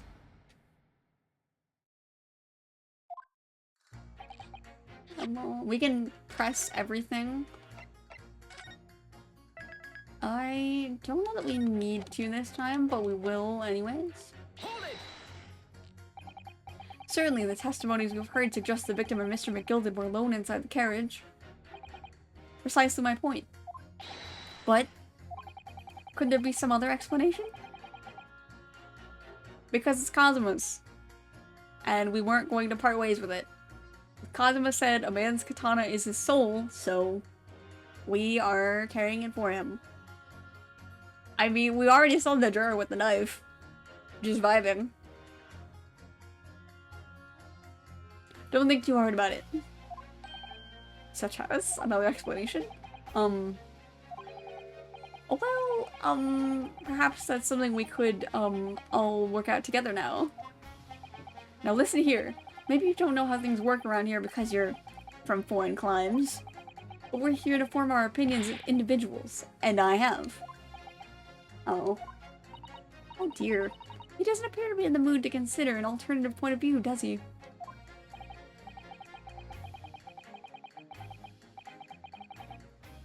I am indeed. No, I'm going to have to pit the jurors against one another. I am indeed, but I am pressing them for information first. As I can. There's flavor text in here. But does his ability to recall his takings that night really tell us how trustworthy the man is? I manage all his lordship's cash affairs, so I'm very particular when it comes to accounts. I see. A single penny can mean the difference between life and death after all, can't it? That's a saying in your country? I would stop a 2-hour-long pun strand in Discord. If that wasn't my Discord, I would have to be like, I can't go on. My point is, a man who minds his figures is a man you can trust. Those of us in service would swear to that, sir. Does that bench really need any more polishing?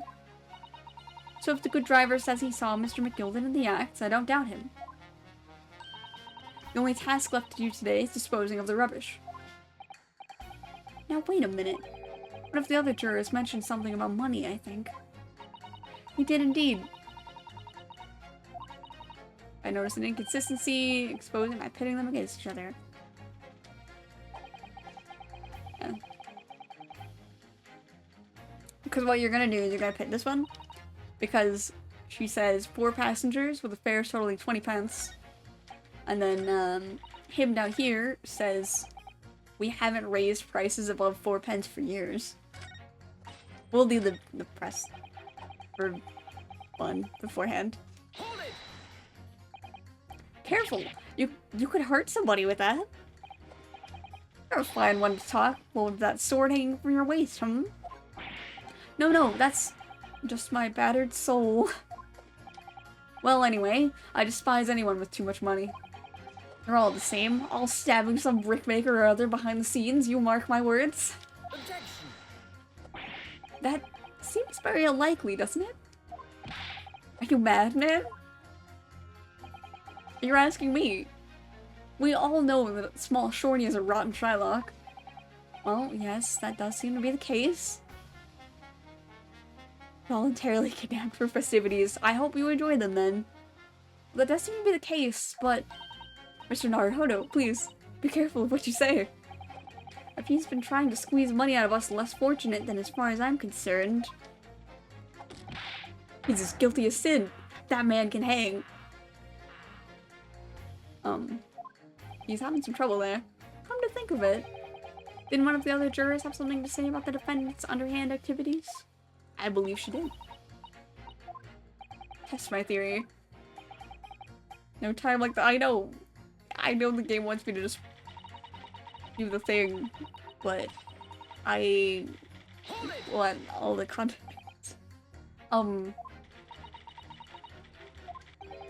What have you been doing all this time? What have you been doing all this time? There. I should have thought it was obvious. I'm recording everything that takes place as part of these proceedings. And what have you learned from that? For example, at this moment in time, the judge has used his gavel 11 times in total. The prosecution has snorted derisively at your remarks 7 times in total. And, I might add, each time you have gawped like a simpleton. Thank you. And what's the point exactly? So anyway, madam, are you able to explain why you think the defendant is guilty? That is a conclusion I have drawn as a result of the copious notes I've typed. Clearly, but I'm asking you to explain why you've drawn that conclusion. Please don't distract me. It makes it extremely hard to concentrate on my note-keeping. This is going nowhere.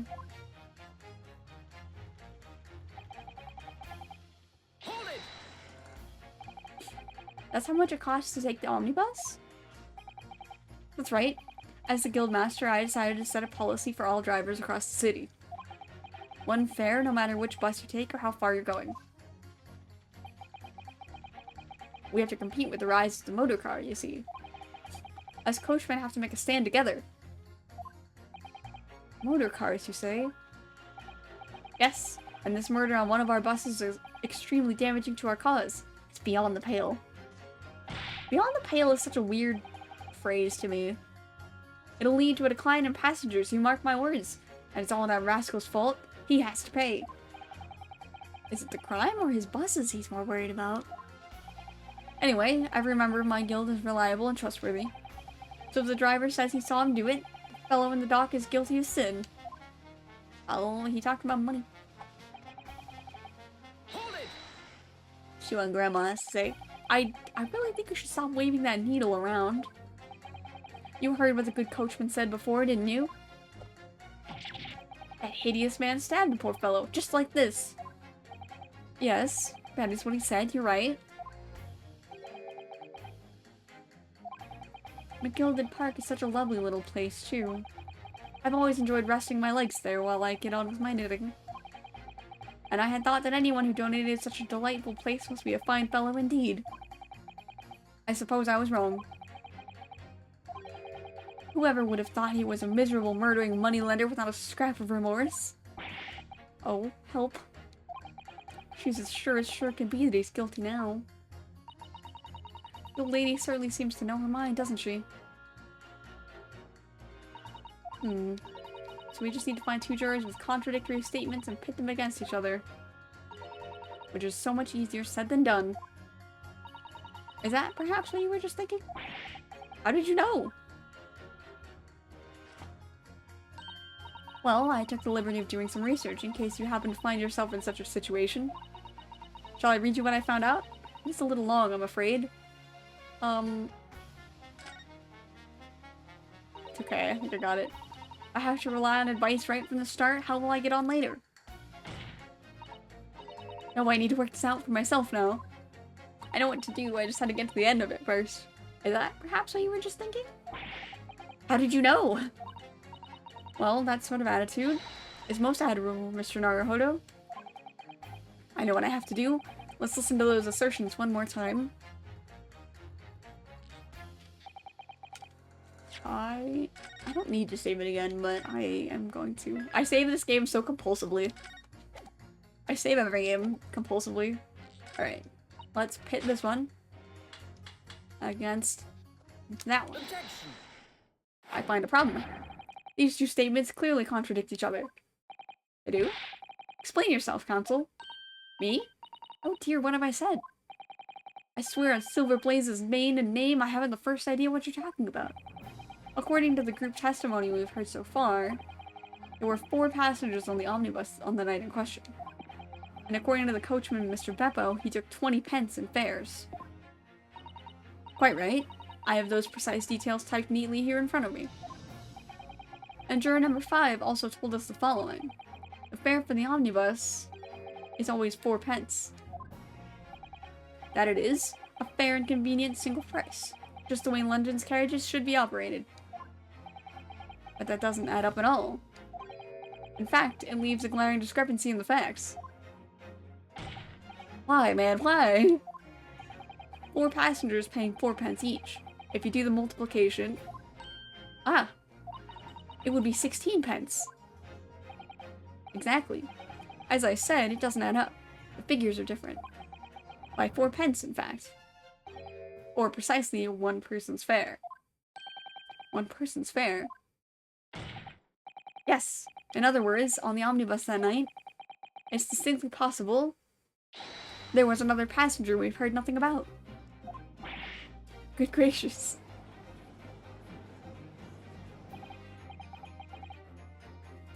This can't be right.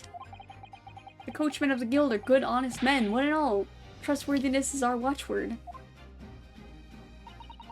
The figures your coachman claims most certainly do not add up. Your watchword, good sir, is a fallacy. I beg your pardon? Mr. Guildmaster, I think you ought to consider that if this trial were to end now, the news will surely spread all over London. The news that one of your coachmen tried to hide the fact that he lets nefarious characters ride his omnibus. Alright then, how do I make it so this miserable trial doesn't end, hmm? Nice. Well, according to my book here, you simply launch a ball of fire onto the innocent side of the set of scales. Now hold your horses there, coachman. We were all in agreement. Why do you have to go and... Wait till I get my hands on you, Beppo.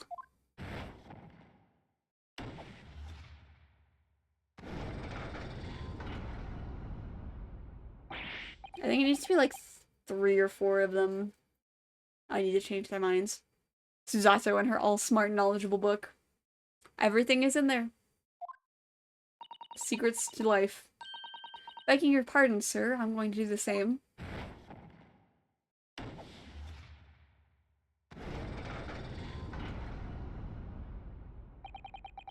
For the love of Mike, not you as well. Right? A penny can be the difference between a smile and a tear, after all. I certainly can't put my trust in someone who doesn't follow my exacting standards in financial matters. Oh, really? I, for one, think it's only proper that we hear from the witnesses again. Oh, well done, Mr. Naruhodo. You did it. I did the thing. If we can manage to change 2 more jurors' minds, we can force the trial to continue. 2 more? Actually, there is something else that's bothering me about a couple of their assertions. And that's where you must strike next. I need to pit 2 more jurors against each other and show there's another contradiction in their assertions. Exactly. You can do it. Well, the scales of justice have shifted, but they still weigh heavy on the side of guilt. Counsel, you have the floor again. Continue with your summation examination.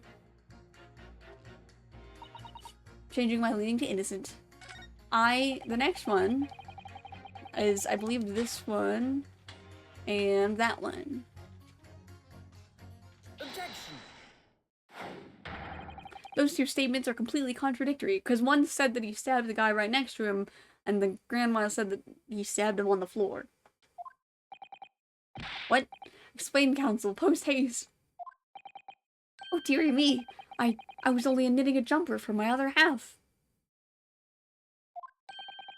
What is all this claptrap? What does contradictory even mean, I ask you? I love this guy. We've heard from more than one witness that they allegedly saw the actual moment when the defendant stabbed the victim. Now, out of curiosity, juror number 3. What? Can't you see that I'm busy here? How would you say the defendant stabbed the victim? What sort of motion was it? Ah, want to test me, do you? It was like this. Stuck the fellow next to him without even getting up. Just like the prim banker said. Yes, that was Mr. Fairplay's testimony. Quite true. Now then, juror number 6. Oh, is that me, is it? What can I do for you? What can I do you for, young man? How would you say the defendant stabbed the victim, madam? Oh, well, dear, as far as I understand it, it was like this. He stabbed the poor man after he collapsed on the floor. The coachman said so. Now don't move. Take a look at these 2 jurors. He stuck the fellow next to him without even getting up. And he stabbed the poor man after he collapsed on the floor. Well, I never. They're stabbing in totally different directions. What? Bless my stitches. What a muddle. Muddle. What this tells us is that there's a strong possibility one of the witnesses isn't telling the truth. Oh.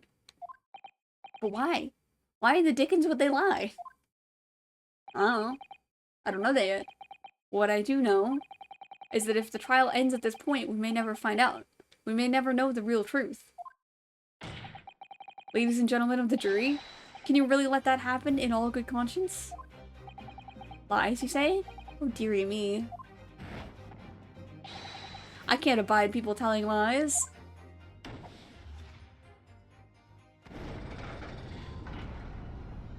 we go.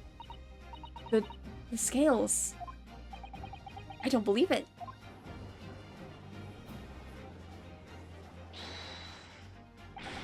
Wait. Now hear this, my fellow jurors. I warn you, you cannot listen to this man. Look at him in his black suit. He's clearly some devious Eastern sorcerer using magic on us all. I'm just a guy.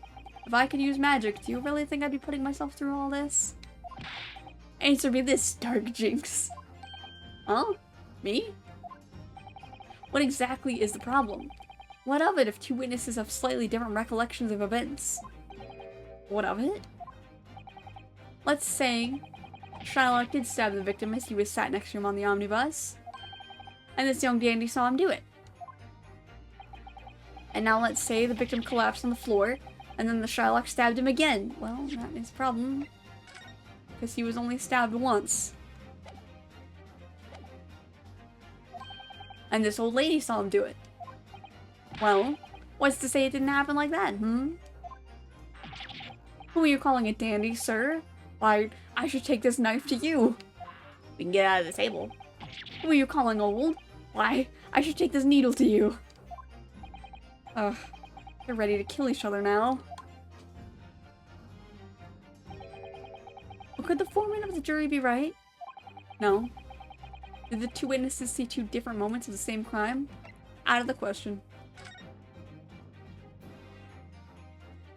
No. Unfortunately, Mr. Foreman. Hmm? What is it, you Dark Jinx? Come on, out with it.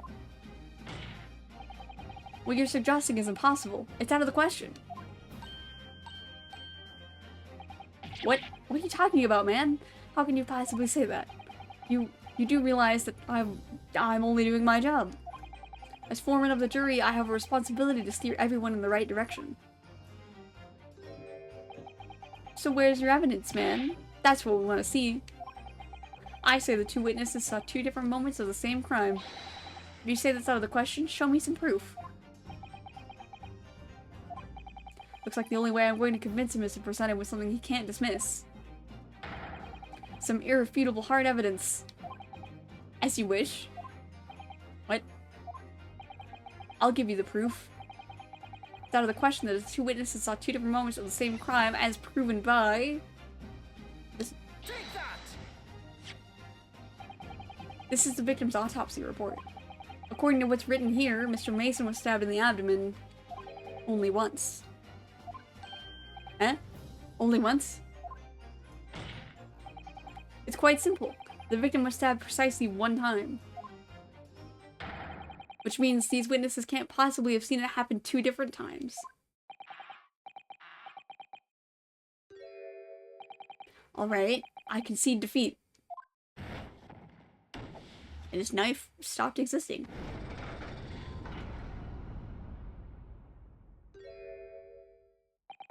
Wait, that means 4 jurors are now leaning to not guilty. We've done it, Mr. Naruhodo. We've won, sort of. The trial will now continue. Congratulations to us. What are you playing at, you dandy fool? Shut your trap, sir. No one deceives me. But we had a consensus. I said shut your trap. I know a liar when I see one. And if the chap ever dares to cross the threshold of my shop, I'll take this razor-sharp blade and shave every last hair off his head. Don't like that. Please tell me he's a barber. I don't want anything to do with this guy. Well, in quite a remarkable turn of events, the defense's summation examination has flipped this balance of the scales of justice. The jurors now stand at 2 for guilty and 4 for not guilty. Accordingly, there's no longer a large enough majority among the jury for me to adjudicate, and the trial must continue. Yippee! I hereby ask the defense, prosecution, and witnesses to return to their places. And I call upon all of you to continue to pursue the truth. Aw, yeah. So, Lord Van Zeeks, continue to substantiate the case for the prosecution, if you please.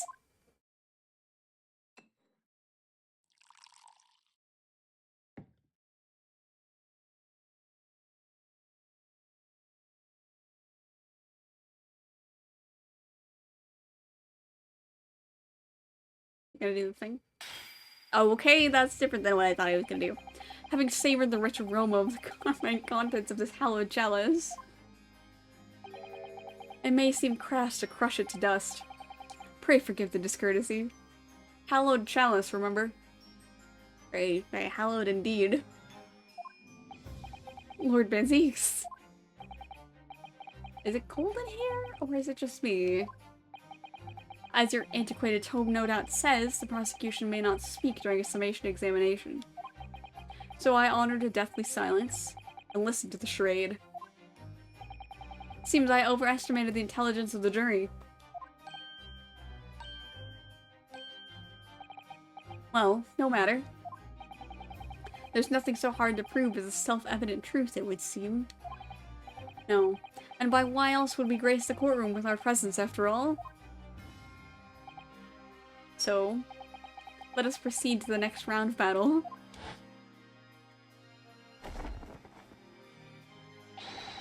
Bring forth the witnesses once more. Here we go again. Beppo is gonna be in some real trouble.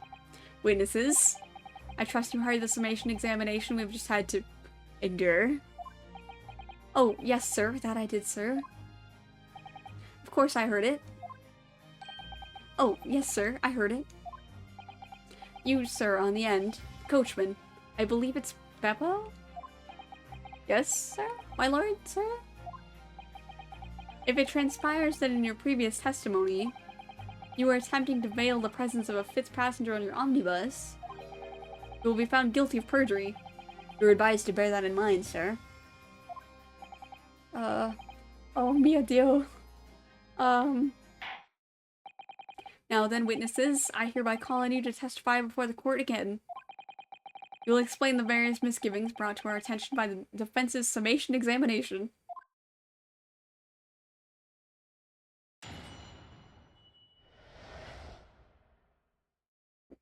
Various misgivings.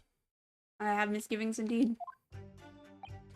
I only carried 4 passengers that night. I swear it. But, well, I for one was told I had to pay 5 pence for the bus. He fiddled us on the fare, he did. And then I saw that blood-curdling sight as well. It's all too much. I tell you, I saw Mr. McGilded stabbing that man. Everything I said before stands. Oh yes. Yes, he stabbed him. Yes, he did. I think so, yes. Thank you for giving me so much to work with, guys. Counsel, make sense of this for me, please. The phantom 5th passenger conjured into existence by my learned Eastern friend never existed. The confusion has arisen from the coachman's sly little personage. Beppo, explain yourself? I'm terribly sorry, Guildmaster. The guild's fare is 4 pence across the board. You know that. Am I to understand that you've been overcharging our passengers by a penny a fare?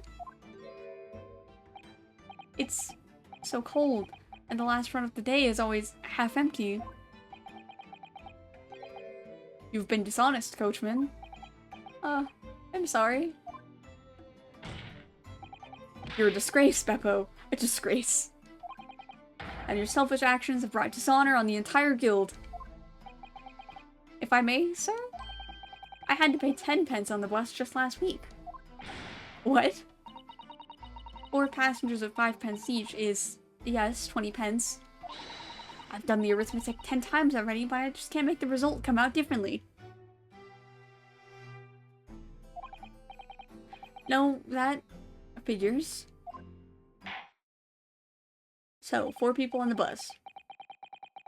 Well, it would appear that one of the aforementioned misgivings has already been explained. So, counsel for the defense, your cross-examination, if you please. We've already had the pleasure of a protracted summation examination today. I see you intend to continue the parlor games. Absolutely. I don't think we should say absolutely to that, but that's fine. And we save it was the top.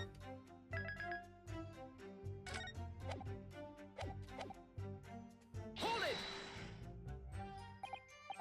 So, there were only 4 passengers on your carriage, but you didn't charge them the standard 4 pence fare. Is that right? It's impossible to make the last run of the day pay. I was so cold, it was all I could do to stop myself passing out. I'm getting complaints just by listening to you. What am I talking about? It was terrible, so I wanted to give myself a pat on the back for even keeping the bus running. Doesn't a dedicated coachman deserve an extra penny per passenger? You're digging a deeper hole for yourself here. If only there had been a 5th passenger on the omnibus that night. Then we would have had another suspect. Hold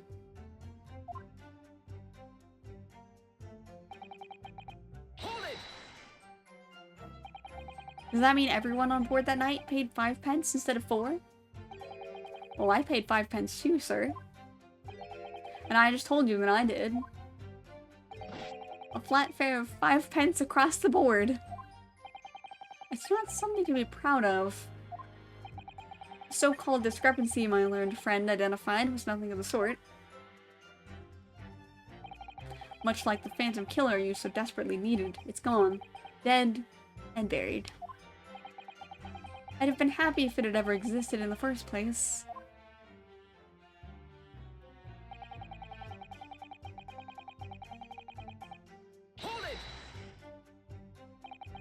This blood-curdling sight. You mean the murder, I presume? Yes, sir. A loathsome sight. No one should have to witness the horror in the eyes of a man the moment his life is taken. Well, he was wearing a hat, so you didn't see his eyes, at least. Oh, well, not exactly, sir. I mean, I didn't actually see the exact moment the gent was stabbed. Good gracious, really? We have another witness who did, however. The banker has already testified to it. But Mr. First didn't actually see the point at which the victim was killed. That may turn out to be a very significant...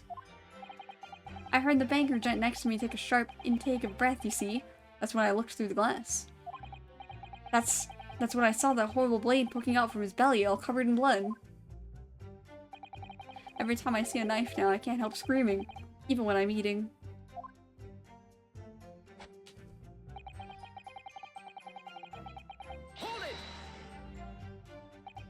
So you saw the defendant, Mr. McGilded, stabbing the victim, Mr. Mason, who was sitting next to him? That's what I said, isn't it? It was bothering me before, this was. For just a brief moment, he hesitated before answering the question. Anyway, there was only the 2 of them inside the carriage, wasn't there? There's been much talk of a 5th passenger, but as yet, 0 evidence. Then what are we wasting all this time for, eh? It's black and white. The man's guilty. Something about Mr. Fairplay's testimony just jars with me. I wish I could work out what it was. Doesn't seem to be bothering anybody else, though. I think so. He seems uncertain as well. Earlier, you testified that you saw the moment when the defendant allegedly stabbed the victim, didn't you? Would not be possible. Shouldn't be. He was driving. Yes, that's right. You said that the victim was on the floor and described the assailant holding the knife in an ice-pick grip. I suppose. I might have, you know, yes. Put the cart before the horse, maybe. What's this? Well, I'm quite sure about most of it. I was driving the horses when I heard a scream from the seats on the roof deck. Oh, I expect that was me, sir. Then when I turned around, yes, I saw it through the skylight. The gentleman was on the floor and the knife was sticking up out of his midriff. That's right, yes. And the fellow holding the handle was the famous man, yes. So, in short, you didn't see the moment when the victim was actually stabbed at all? I really thought that I did, but when I go over again in my head... Oh, I suppose I didn't actually see the precise moment of the stabbing, did I? Hi. Can I help you? Excuse me. You have something to say about that, Mr. Fairplay? Now you listen to me. I know what you're thinking. He didn't really see the exact moment the fellow was stabbed. What are the chances of that? Eh?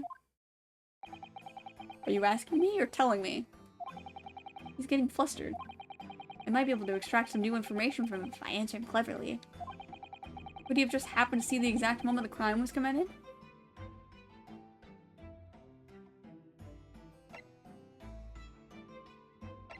Some days are like that. I say some days are like that.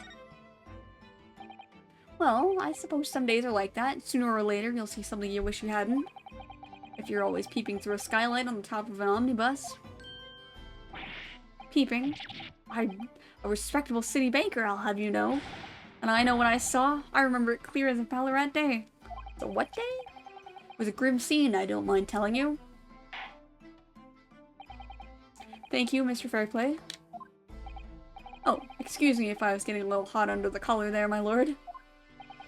I would ask you to supplement your testimony with a clear statement about what exactly you saw. Oh, I can do that all right. I'll tell you just how grim it was.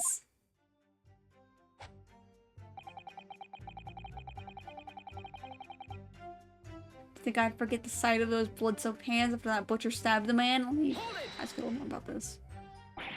Blood-soaked? Well, perhaps soaked is laying it on a little thick, but... But anyway, there's definitely blood all over them. Both of them were covered in it. Well, now that's an issue. And you saw that from the roof. Through the skylight? Well, the skylight's reasonably large, so I had a pretty good view.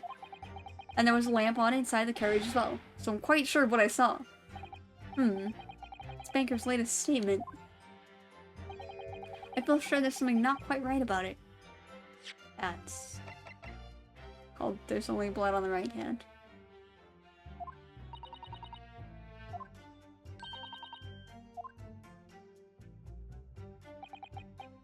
Long ago, this trial very nearly came to an end. Somehow, we've managed to keep our chances alive here. I can't waste this cross-examination. I have to use it to bring some new facts to light. If you're not careful when you press these witnesses...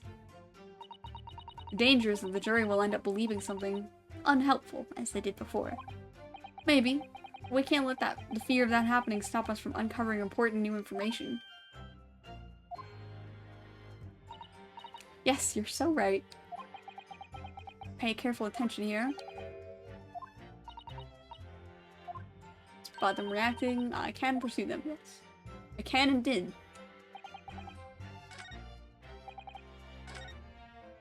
I fenced the bus. Fiddled it. Stabbed him. Well, about that. Objection! Blood-soaked hands? Well, I admit that soaked might be laying it on a little thick, but... But anyway, there was definitely blood all over them. Both of them were covered in it. Well, I'm very sorry to disagree, Mr. Fairplay, but that's more than a little peculiar. What? Here are the gloves worn by the defendant, Mr. McGill did on the night in question. Oh, yes, right. And there certainly does appear to be a sizable dark-colored stain here. But, as I'm sure you can clearly see, it's only on the right-hand glove. Oh, I don't think that's edible. In short, Mr. Fairplay, your testimony is inconsistent. What? No, that can't be right. So you're the liar here then. Yummy stick. That's not food. Oh dear, here he goes again. That's right, you were quite clear about it. You said it was both hands. Oh god. You gonna be okay over there? Mr. Fairplay, if your last statement was a lie, it calls your entire testimony into question. You say you saw the moment the victim was stabbed? Yummers, now I'm getting hungry. The last time, I'll be real, the last time I ate was yesterday, and I'm okay with that. I am not so hungry that I would eat a cane. You say you saw the moment the victim was stabbed, but is that really the truth? Objection! It was a simple mistake. You can't justify accusing this man of lying. Yes, it wasn't both hands, it was only one. But the fact remains... the victim's blood was on the accused. Objection! It's true, but... no, Mr. Fairplay categorically stated that he saw blood all over both hands. Which means there's a strong possibility that this witness was deliberately trying to mislead the court. Why? I'm a city banker, for pity's sake. My word should be the gold standard. I'm a gentleman, not some gutter snipe. Upstanding members of society don't prevaricate. He's claiming to have no reason to lie. But is that really the case? Oh, wait a minute. We haven't looked at this. Portfolio must contain all sorts of secrets. Oh dear, do you really think we ought to look inside? Yes, we should. It's not as though we know any of London's gentry personally, is it? Except for, apart from our great detective friend, perhaps. And Agnes. Actually, I wonder. I assure you we will not find Mr. Sholmes' name inside. Well, let's see what we do find.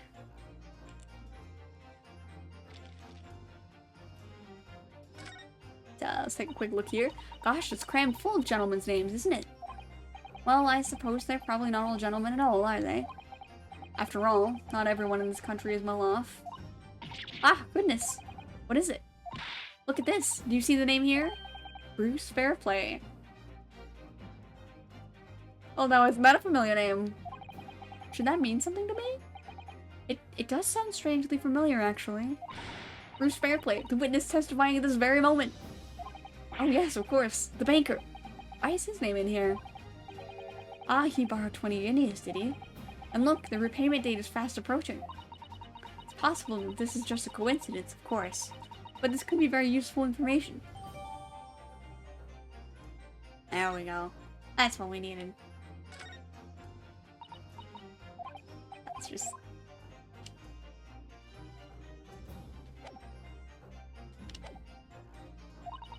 we had some evidence to explain why Mr. Fairplay might be lying. It could turn the tide of this trial completely. We sure do. I'm going to show this man has a compelling reason to lie in his testimony. I have evidence. My lord. Yes, counsel? The defense is ready to present evidence. By Jove, are you sure? Yes, evidence that will clearly demonstrate why Mr. Fairplay had reason to lie in his testimony. Very well. I hereby call on the defense to present its evidence. The evidence that demonstrates a motive for the witness's alleged deception of the court. Take that!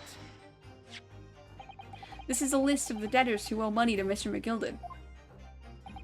Yes, a list of innocent victims, crippled by the accused's extortion. The point is, among the names of these debtors is your name, Mr. Bruce Fairplay. What? Mr. Fairplay, are you currently indebted financially to the accused? No, well, it's barely worthy of being called a debt. According to this ledger, you owe 20 guineas. Not an inconsiderable sum of money, wouldn't you say? Well, what of it?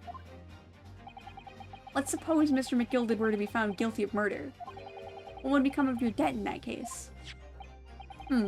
These documents state that the loan agreement is forged between two individual parties. Therefore, were the creditor, the defendant here, to be sentenced to a capital punishment, all outstanding debts which were owed to him would be annulled. They would cease to exist. Cease to exist. Mr. Fairplay, is it not the case that you claimed in your testimony to have seen something you never in fact saw? In a devious attempt to annul your debt of 20 guineas to the defendant? Oh. Look at that. Look at that. Mr. Bruce Fairplay.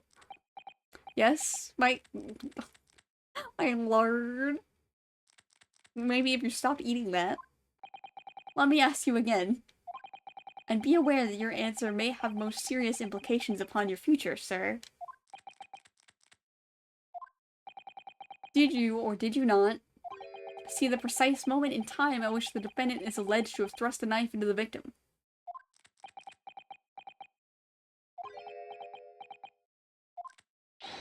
Your silence speaks volumes. You did not tell the truth in your testimony. Alright, now let's not make a melodrama out of this. Perhaps I did overstate the truth a pinch. A pinch? But it makes no difference. I definitely remember seeing blood on McGilda's hands. Both of them. Objection! And yet, only one of the defendant's gloves, which we have here as evidence, is stained. So you keep saying...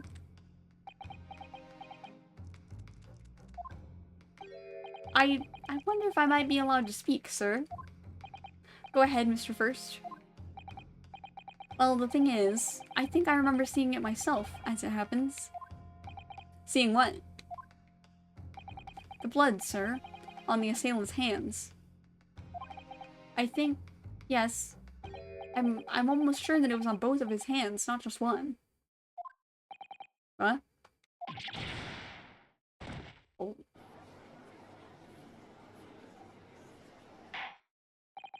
It would appear that we're going to need further testimony from all of you witnesses. This time, I would like to know precisely what you did and what you did not see. Do I make myself perfectly clear? Yars. Why you don't talk with your mouth full, kids. Mr. Naruhodo, this is good news. The course of the trial seems to have shifted slightly at last. Yes. Yes, indeed. I might finally have a chance to turn things around here. Maybe. Will do my best. There was blood on both hands of the assailant. I sincerely and distinctly remember that. However, I suppose you might say that I didn't see the exact moment the stabbing transpired, if that matters. I remember seeing the knife, and I remember seeing both of the attacker's hands with blood on them. I didn't actually see anything myself. No, not until I heard that scream. Anyway, the fact remains. There can't have been anyone else inside that carriage, or we all would have seen. There might be one place. Well, lo and behold. In truth of fact, not one of you was witness to the crucial moment the crime was perpetrated. I apologize, my lord, but honestly, there was no one else inside that carriage, and the man's hands were covered in blood. That much incriminating evidence is tantamount to saying we saw the man do it. That's really not what testimony is about. Let us examine the interior of the omnibus once more. We haven't looked at it in a while. The victim's fresh blood is clearly visible on the seat, corroborating the witness's accounts. What about the floor? In other words, there is no substantial nor significant change in the facts of the case. Very well. Your cross-examination, please, counsel. Yes, my lord. Oh boy.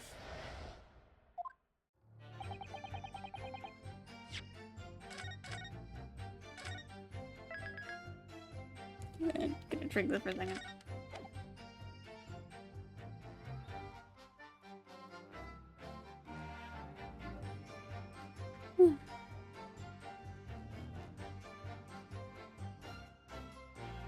Wait. Hold it! No, the evidence tells us otherwise. We have the gloves the defendant was wearing on the night in question in the court record. I'm well aware of that, sir, but nevertheless, I know what I saw and I stand by it. The man had blood on both his hands. He's defiant, even in the face of hard evidence. He's steadfastly refusing to admit that he might be mistaken about what he saw. But why? Your reasoning is dire. Dire. One hand or two, the salient point remains unchanged. Minutes after the grim crime, the victim's blood dripped guiltily from the accused's fingers.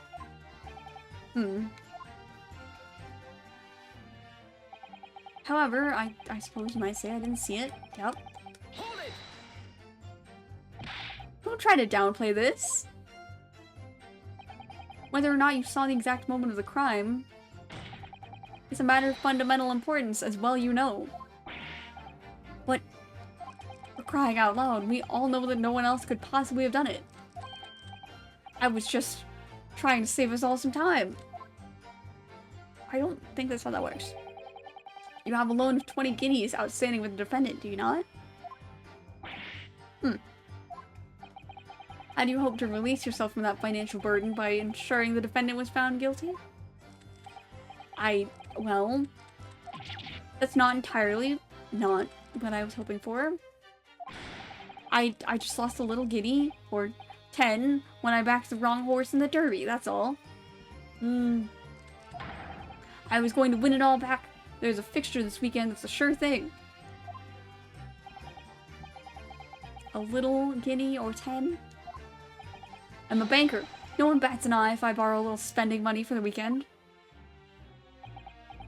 How about that? I think you may have revealed rather more about your character than you bargained for, sir. This witness's scruples are not on trial here. Proceed to the next witness. Is that really how it's supposed to work? We're just not gonna talk about it?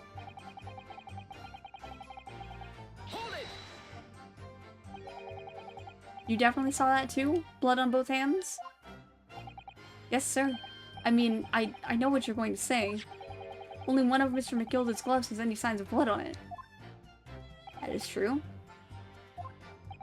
The thing is, as far as I remember, sir, when I looked down and saw Mr. McGilda sitting beside the other fellow, I don't believe he was wearing any gloves, sir. He wasn't wearing these gloves? That's correct, sir. And I saw the blood on both his bare hands quite clearly. It's true that the dark-colored stain on the dark leather gloves wouldn't have been easy to see. I should point out that the police officer who apprehended the accused on the night in question reported that there was no trace of blood on Mr. McGilda's gloves' hands. There wasn't blood on his hands? This is puzzling indeed. This must be significant somehow, I'm sure of it.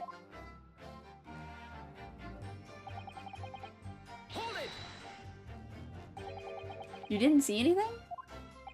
Oh yes, sir. That is to say, no, sir, I didn't. Very sorry about what I said before, sir. Very sorry, yes.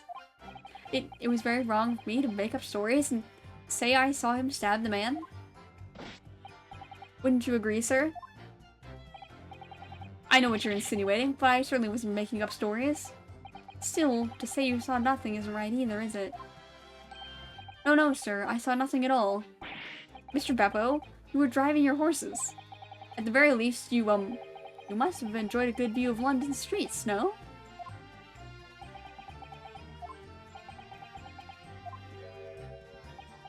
Oh, please. You didn't even see that? It was so cold that night, you see. It was all I could do to keep from passing out, sir. Yes, my head was fairly frozen solid. Sorry to say, sir. It would seem prudent to avoid travel on the last omnibus service of London's cold winter nights. Beppo! Poor Beppo.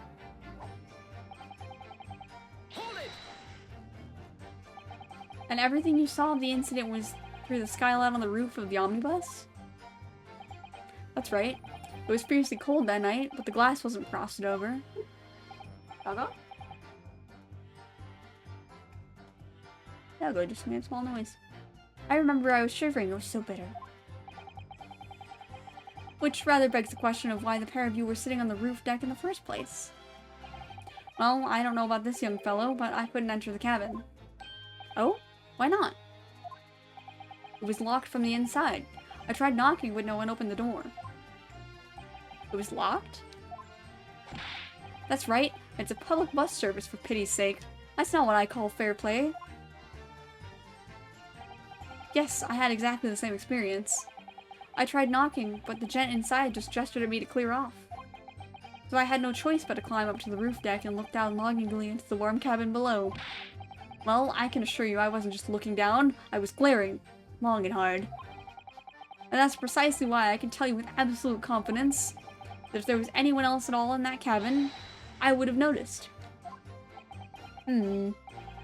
Unequivocal, I would say. I'm not sure about these two witnesses. Could they really have seen everything inside the cabins and the skylight? I don't think so. Not everything. Allow me to confirm one thing, Mr. Fairplay. You were riding this omnibus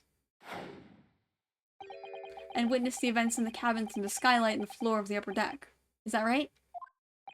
That's right, yes. In that case, there is a portion of the cabin interior that would have been out of sight from you. What? By colleague, really? Obviously, at this stage, we can't say for sure. But the possibility cannot be denied that at the time of the incident, there could have been another passenger in the enclosed cabin of the omnibus. Objection! Enough hypothetical meandering. I, Nipponese friend. The prosecution demands that you substantiate your claims. After all, the scene of the crime is here, in the flesh. I'm gonna save it in case I misclick. This happens from time to time.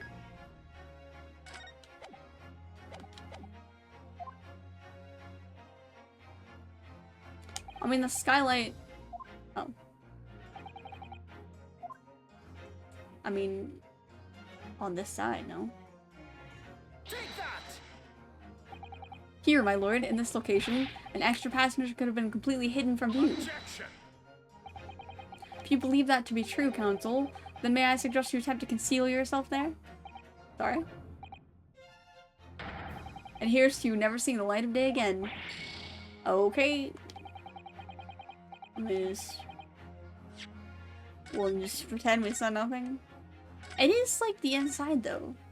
Or wait, hang on, I gotta look at what side the compartment's on. Also, hello. Yeah, okay. Hang on. I'll come back.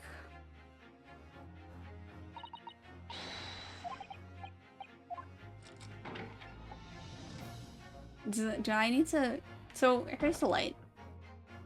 Looking down on it, it's this, like... It's this space here. That I would say. It would be pretty small, but...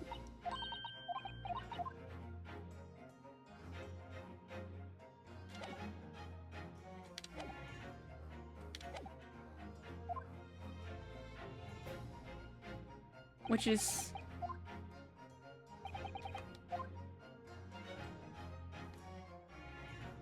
It is like down here, is it not? Or wait, no, it's this side. That's the wrong side. I think it's just on the wrong side. Take that!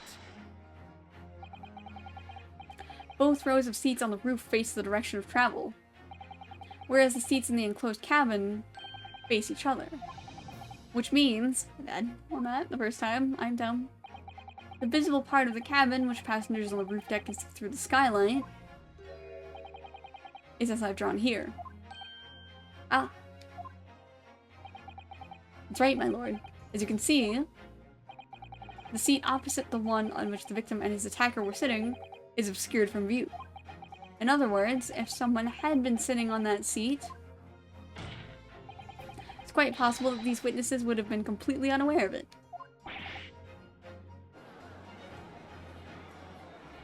Objection! It's quite possible some phantom was sitting there. You Nipponese have a forbidding habit of obscuring the truth with ambiguity. I concur with the prosecution's rejoinder. In a British court of law, evidence is paramount. I cannot entertain this conjecture, counsel. That is, unless you're able to put a name to this mysterious passenger to whom you allude. Well, that unfortunately... Oh, I can't... Yeah, I can't look at people. Fortunately, I don't have another one. Can you, Mr. Naruhodo? Not at this time, no. I honestly don't know. Who could it have been? Or... let me save it again.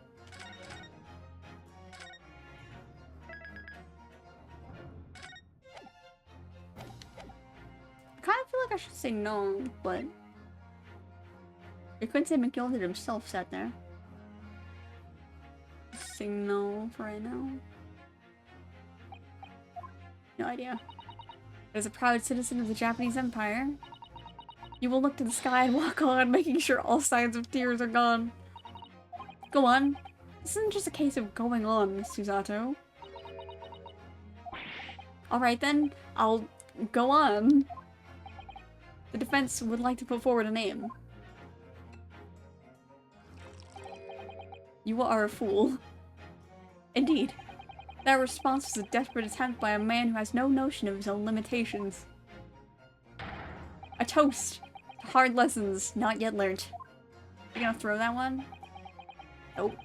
Let us not delay, counsel. The defense is still to name the passenger in the other seat. I mean, we only got so many names. This could be the chance I've been waiting for to turn the trial in my favor. On that night, on the night of the murder... I mean, it could just be McGilded himself. Take that! The passenger in the enclosed cabin that the witnesses on the roof deck failed to see has to have been Mr. Magnus McGilded. Mr. McGilded? What are you talking about, counsel? That's the name of the defendant. Sure is. Objection! Objecting? Oh. If I desecrate this chamber by smashing my hallowed chalice, do forgive the discourtesy. Lord Van Zeeks. So he crushed one, he threw one. What will happen next? People talk of those tiny island nations in the Far East as having a learning and culture of their own. But I see they use the terms ill-advisedly. I wonder if he'll eat one. No. I think he's too classy to eat one. I just wonder how many he has. That's the real question here. Let me explain in terms even a student of an artless backwater such as yourself might understand. When the bloody scene unfolded, the victim and his assailant were sitting side by side. Multiple witnesses have attested to the fact. It's the very premise on which this case is built. Objection! Yeah, but there's something weird about it. That premise may be wrong. What? If the victim really was sitting beside Mr. McGilded, it creates an inconsistency that can't be reconciled in any way. Does?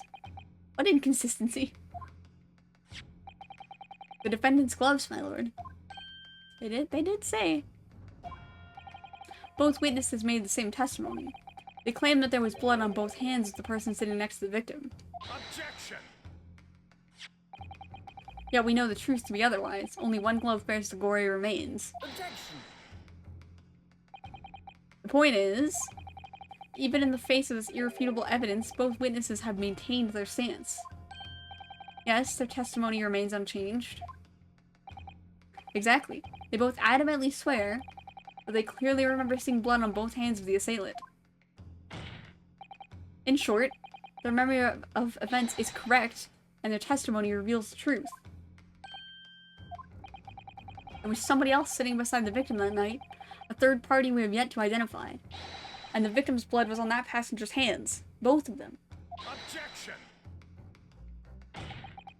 And who was this third party? I don't know. Obviously, the true culprit. Extraordinary. I may or may not know who another person might be in this case. What exactly are you postulating? Objection! The defense's postulation is just that. Nothing more than conjecture. The witnesses have clearly stated that they saw the accused. Objection! They saw somebody small. But when elaborating on his testimony, Mr. Fairplay said the two of them were wearing hats and I couldn't exactly make out their faces. Yes. The tops of their heads were obscured by the roof. I could see the rest of them, though. Yes, that's right. Both gents were most certainly hatted. Hatters do tend to notice such things, sir. And what particular styles of hat did the two gentlemen sport, Mr. First? I'm afraid I don't remember. And you call yourself a hatter? The style of hat makes no difference. There was no third passenger in that cabin. How can you be sure? Because if there had been, the accused, Mr. McGilden, would undoubtedly have offered to depose the fact. Unless, that is, you are proposing an even more preposterous explanation. I might have something crazy in mind. That the accused failed to even notice the presence of the true culprit in the very cabin in which he traveled? I wouldn't say that. That's not my crazy thing. He's right. If there was another person traveling in the enclosed cabin of the omnibus, it's inconceivable that Mr. McGilden would have been unaware of it. Order indeed. There's clearly a simple solution to this problem. Bring the accused, Mr. McGilden, to the stand. Well, what say you, counsel? The prosecution objects, my lord. Why? It's the most outlandish proposal is correct. This is the Ace Attorney game. As a suspect, he will have already made a full statement to the police. But what if there's some reason why he's unable to speak freely? Magnus McGilden is no uneducated ruffian. If it indeed turns out that the man has been withholding information, you can be sure it will have been a most deliberate act. Well, we also talked about the fact that he's kind of shady. Counsel for the defense, what's your opinion? I still think we need to talk to him. My lord, should we ask Mr. McGilden to testify or not? I think we should. I think he might still have something to say. Yes, we need to hear what he has to say in order to find out the truth. The defense would like to call Mr. McGilden to the stand. In that case, I would like to hear the opinion of the jury. Ah, yes, I need a little time to consider this. If you ask me, I think we should hear what Mr. McGilden has to say. Get the man out here, I say. It would be utterly illogical not to hear his testimony. When something needs doing, get it done. That's how I run things at the guild. Hearing what the patron of my favorite little park has to say? Oh yes, that would be lovely. Yes, the jury says the man must be heard. Foreman of the jury really is something. Very well, the court will hear the defendant's testimony. Bailiff, show the defendant to the stand at once. Oh dear. If I have to say top of the morning to you again, I'm gonna cry. Now, maybe what actually happened that night will finally become clear.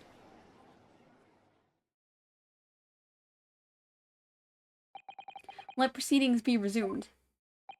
Mr. McGilden, have you been listening to the discourse of the day? To be sure I have, my lord. There are now two matters on which the court desires to hear from you. The first is whether or not there was a third party with you in the omnibus cabin, as proposed by the defense.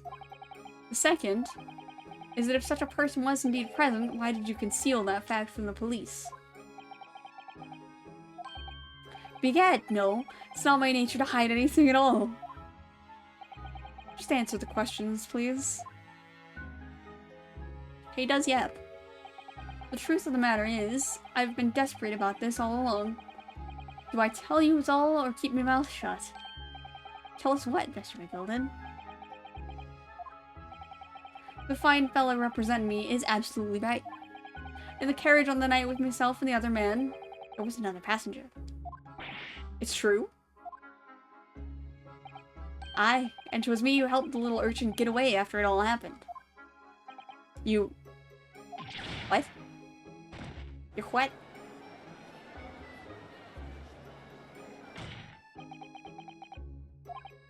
No, Magnus McGilden, that convenient excuse can't save you now. I'm truly sorry, so I am Lord Van Zeeks. It's twist and a half. I'm sure you'll be wanting to know why I said nothing when I was taken in by the police.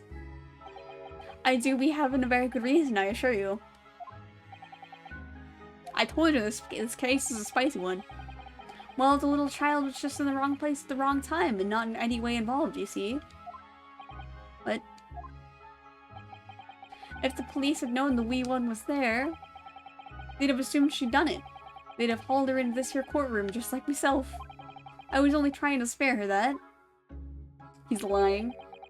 Young hearts and young minds are easily damaged, my lord.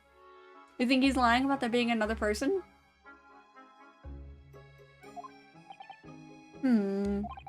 And who is this young child of whom you speak? That, I don't know. You don't know?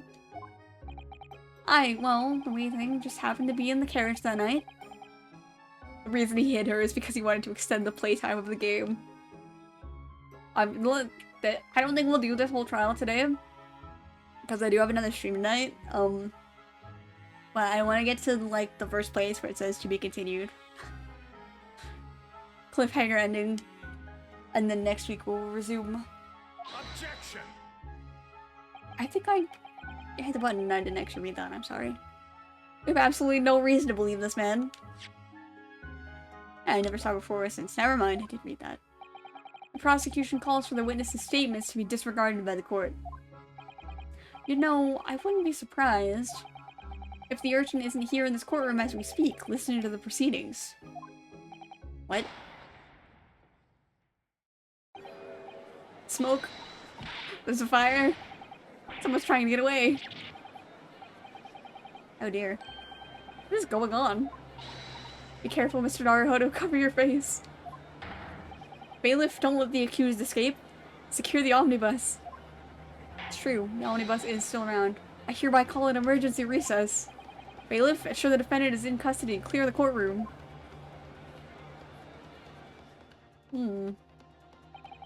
We're currently removed from the smoke-filled courtroom by the bailiff. Amid scenes of chaos as people stumbled over one another in their desperation to flee the chamber. Hey, Tolvir? We had no idea what was happening. All we knew was that, for the time being at least, the trial was suspended. I say this trial is fire. Ah, that is the first to be continued.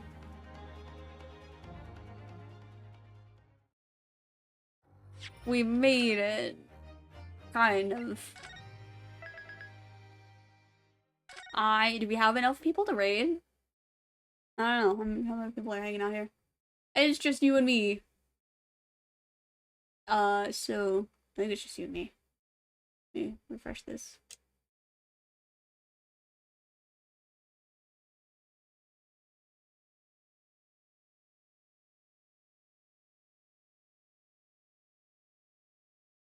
So I will just end the stream here.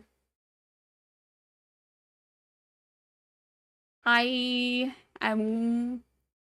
hope that wasn't boring.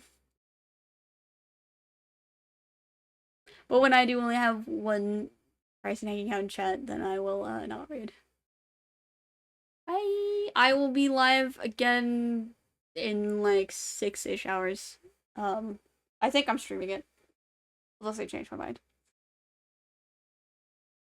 But I will be in a Love Chew collab. Bye.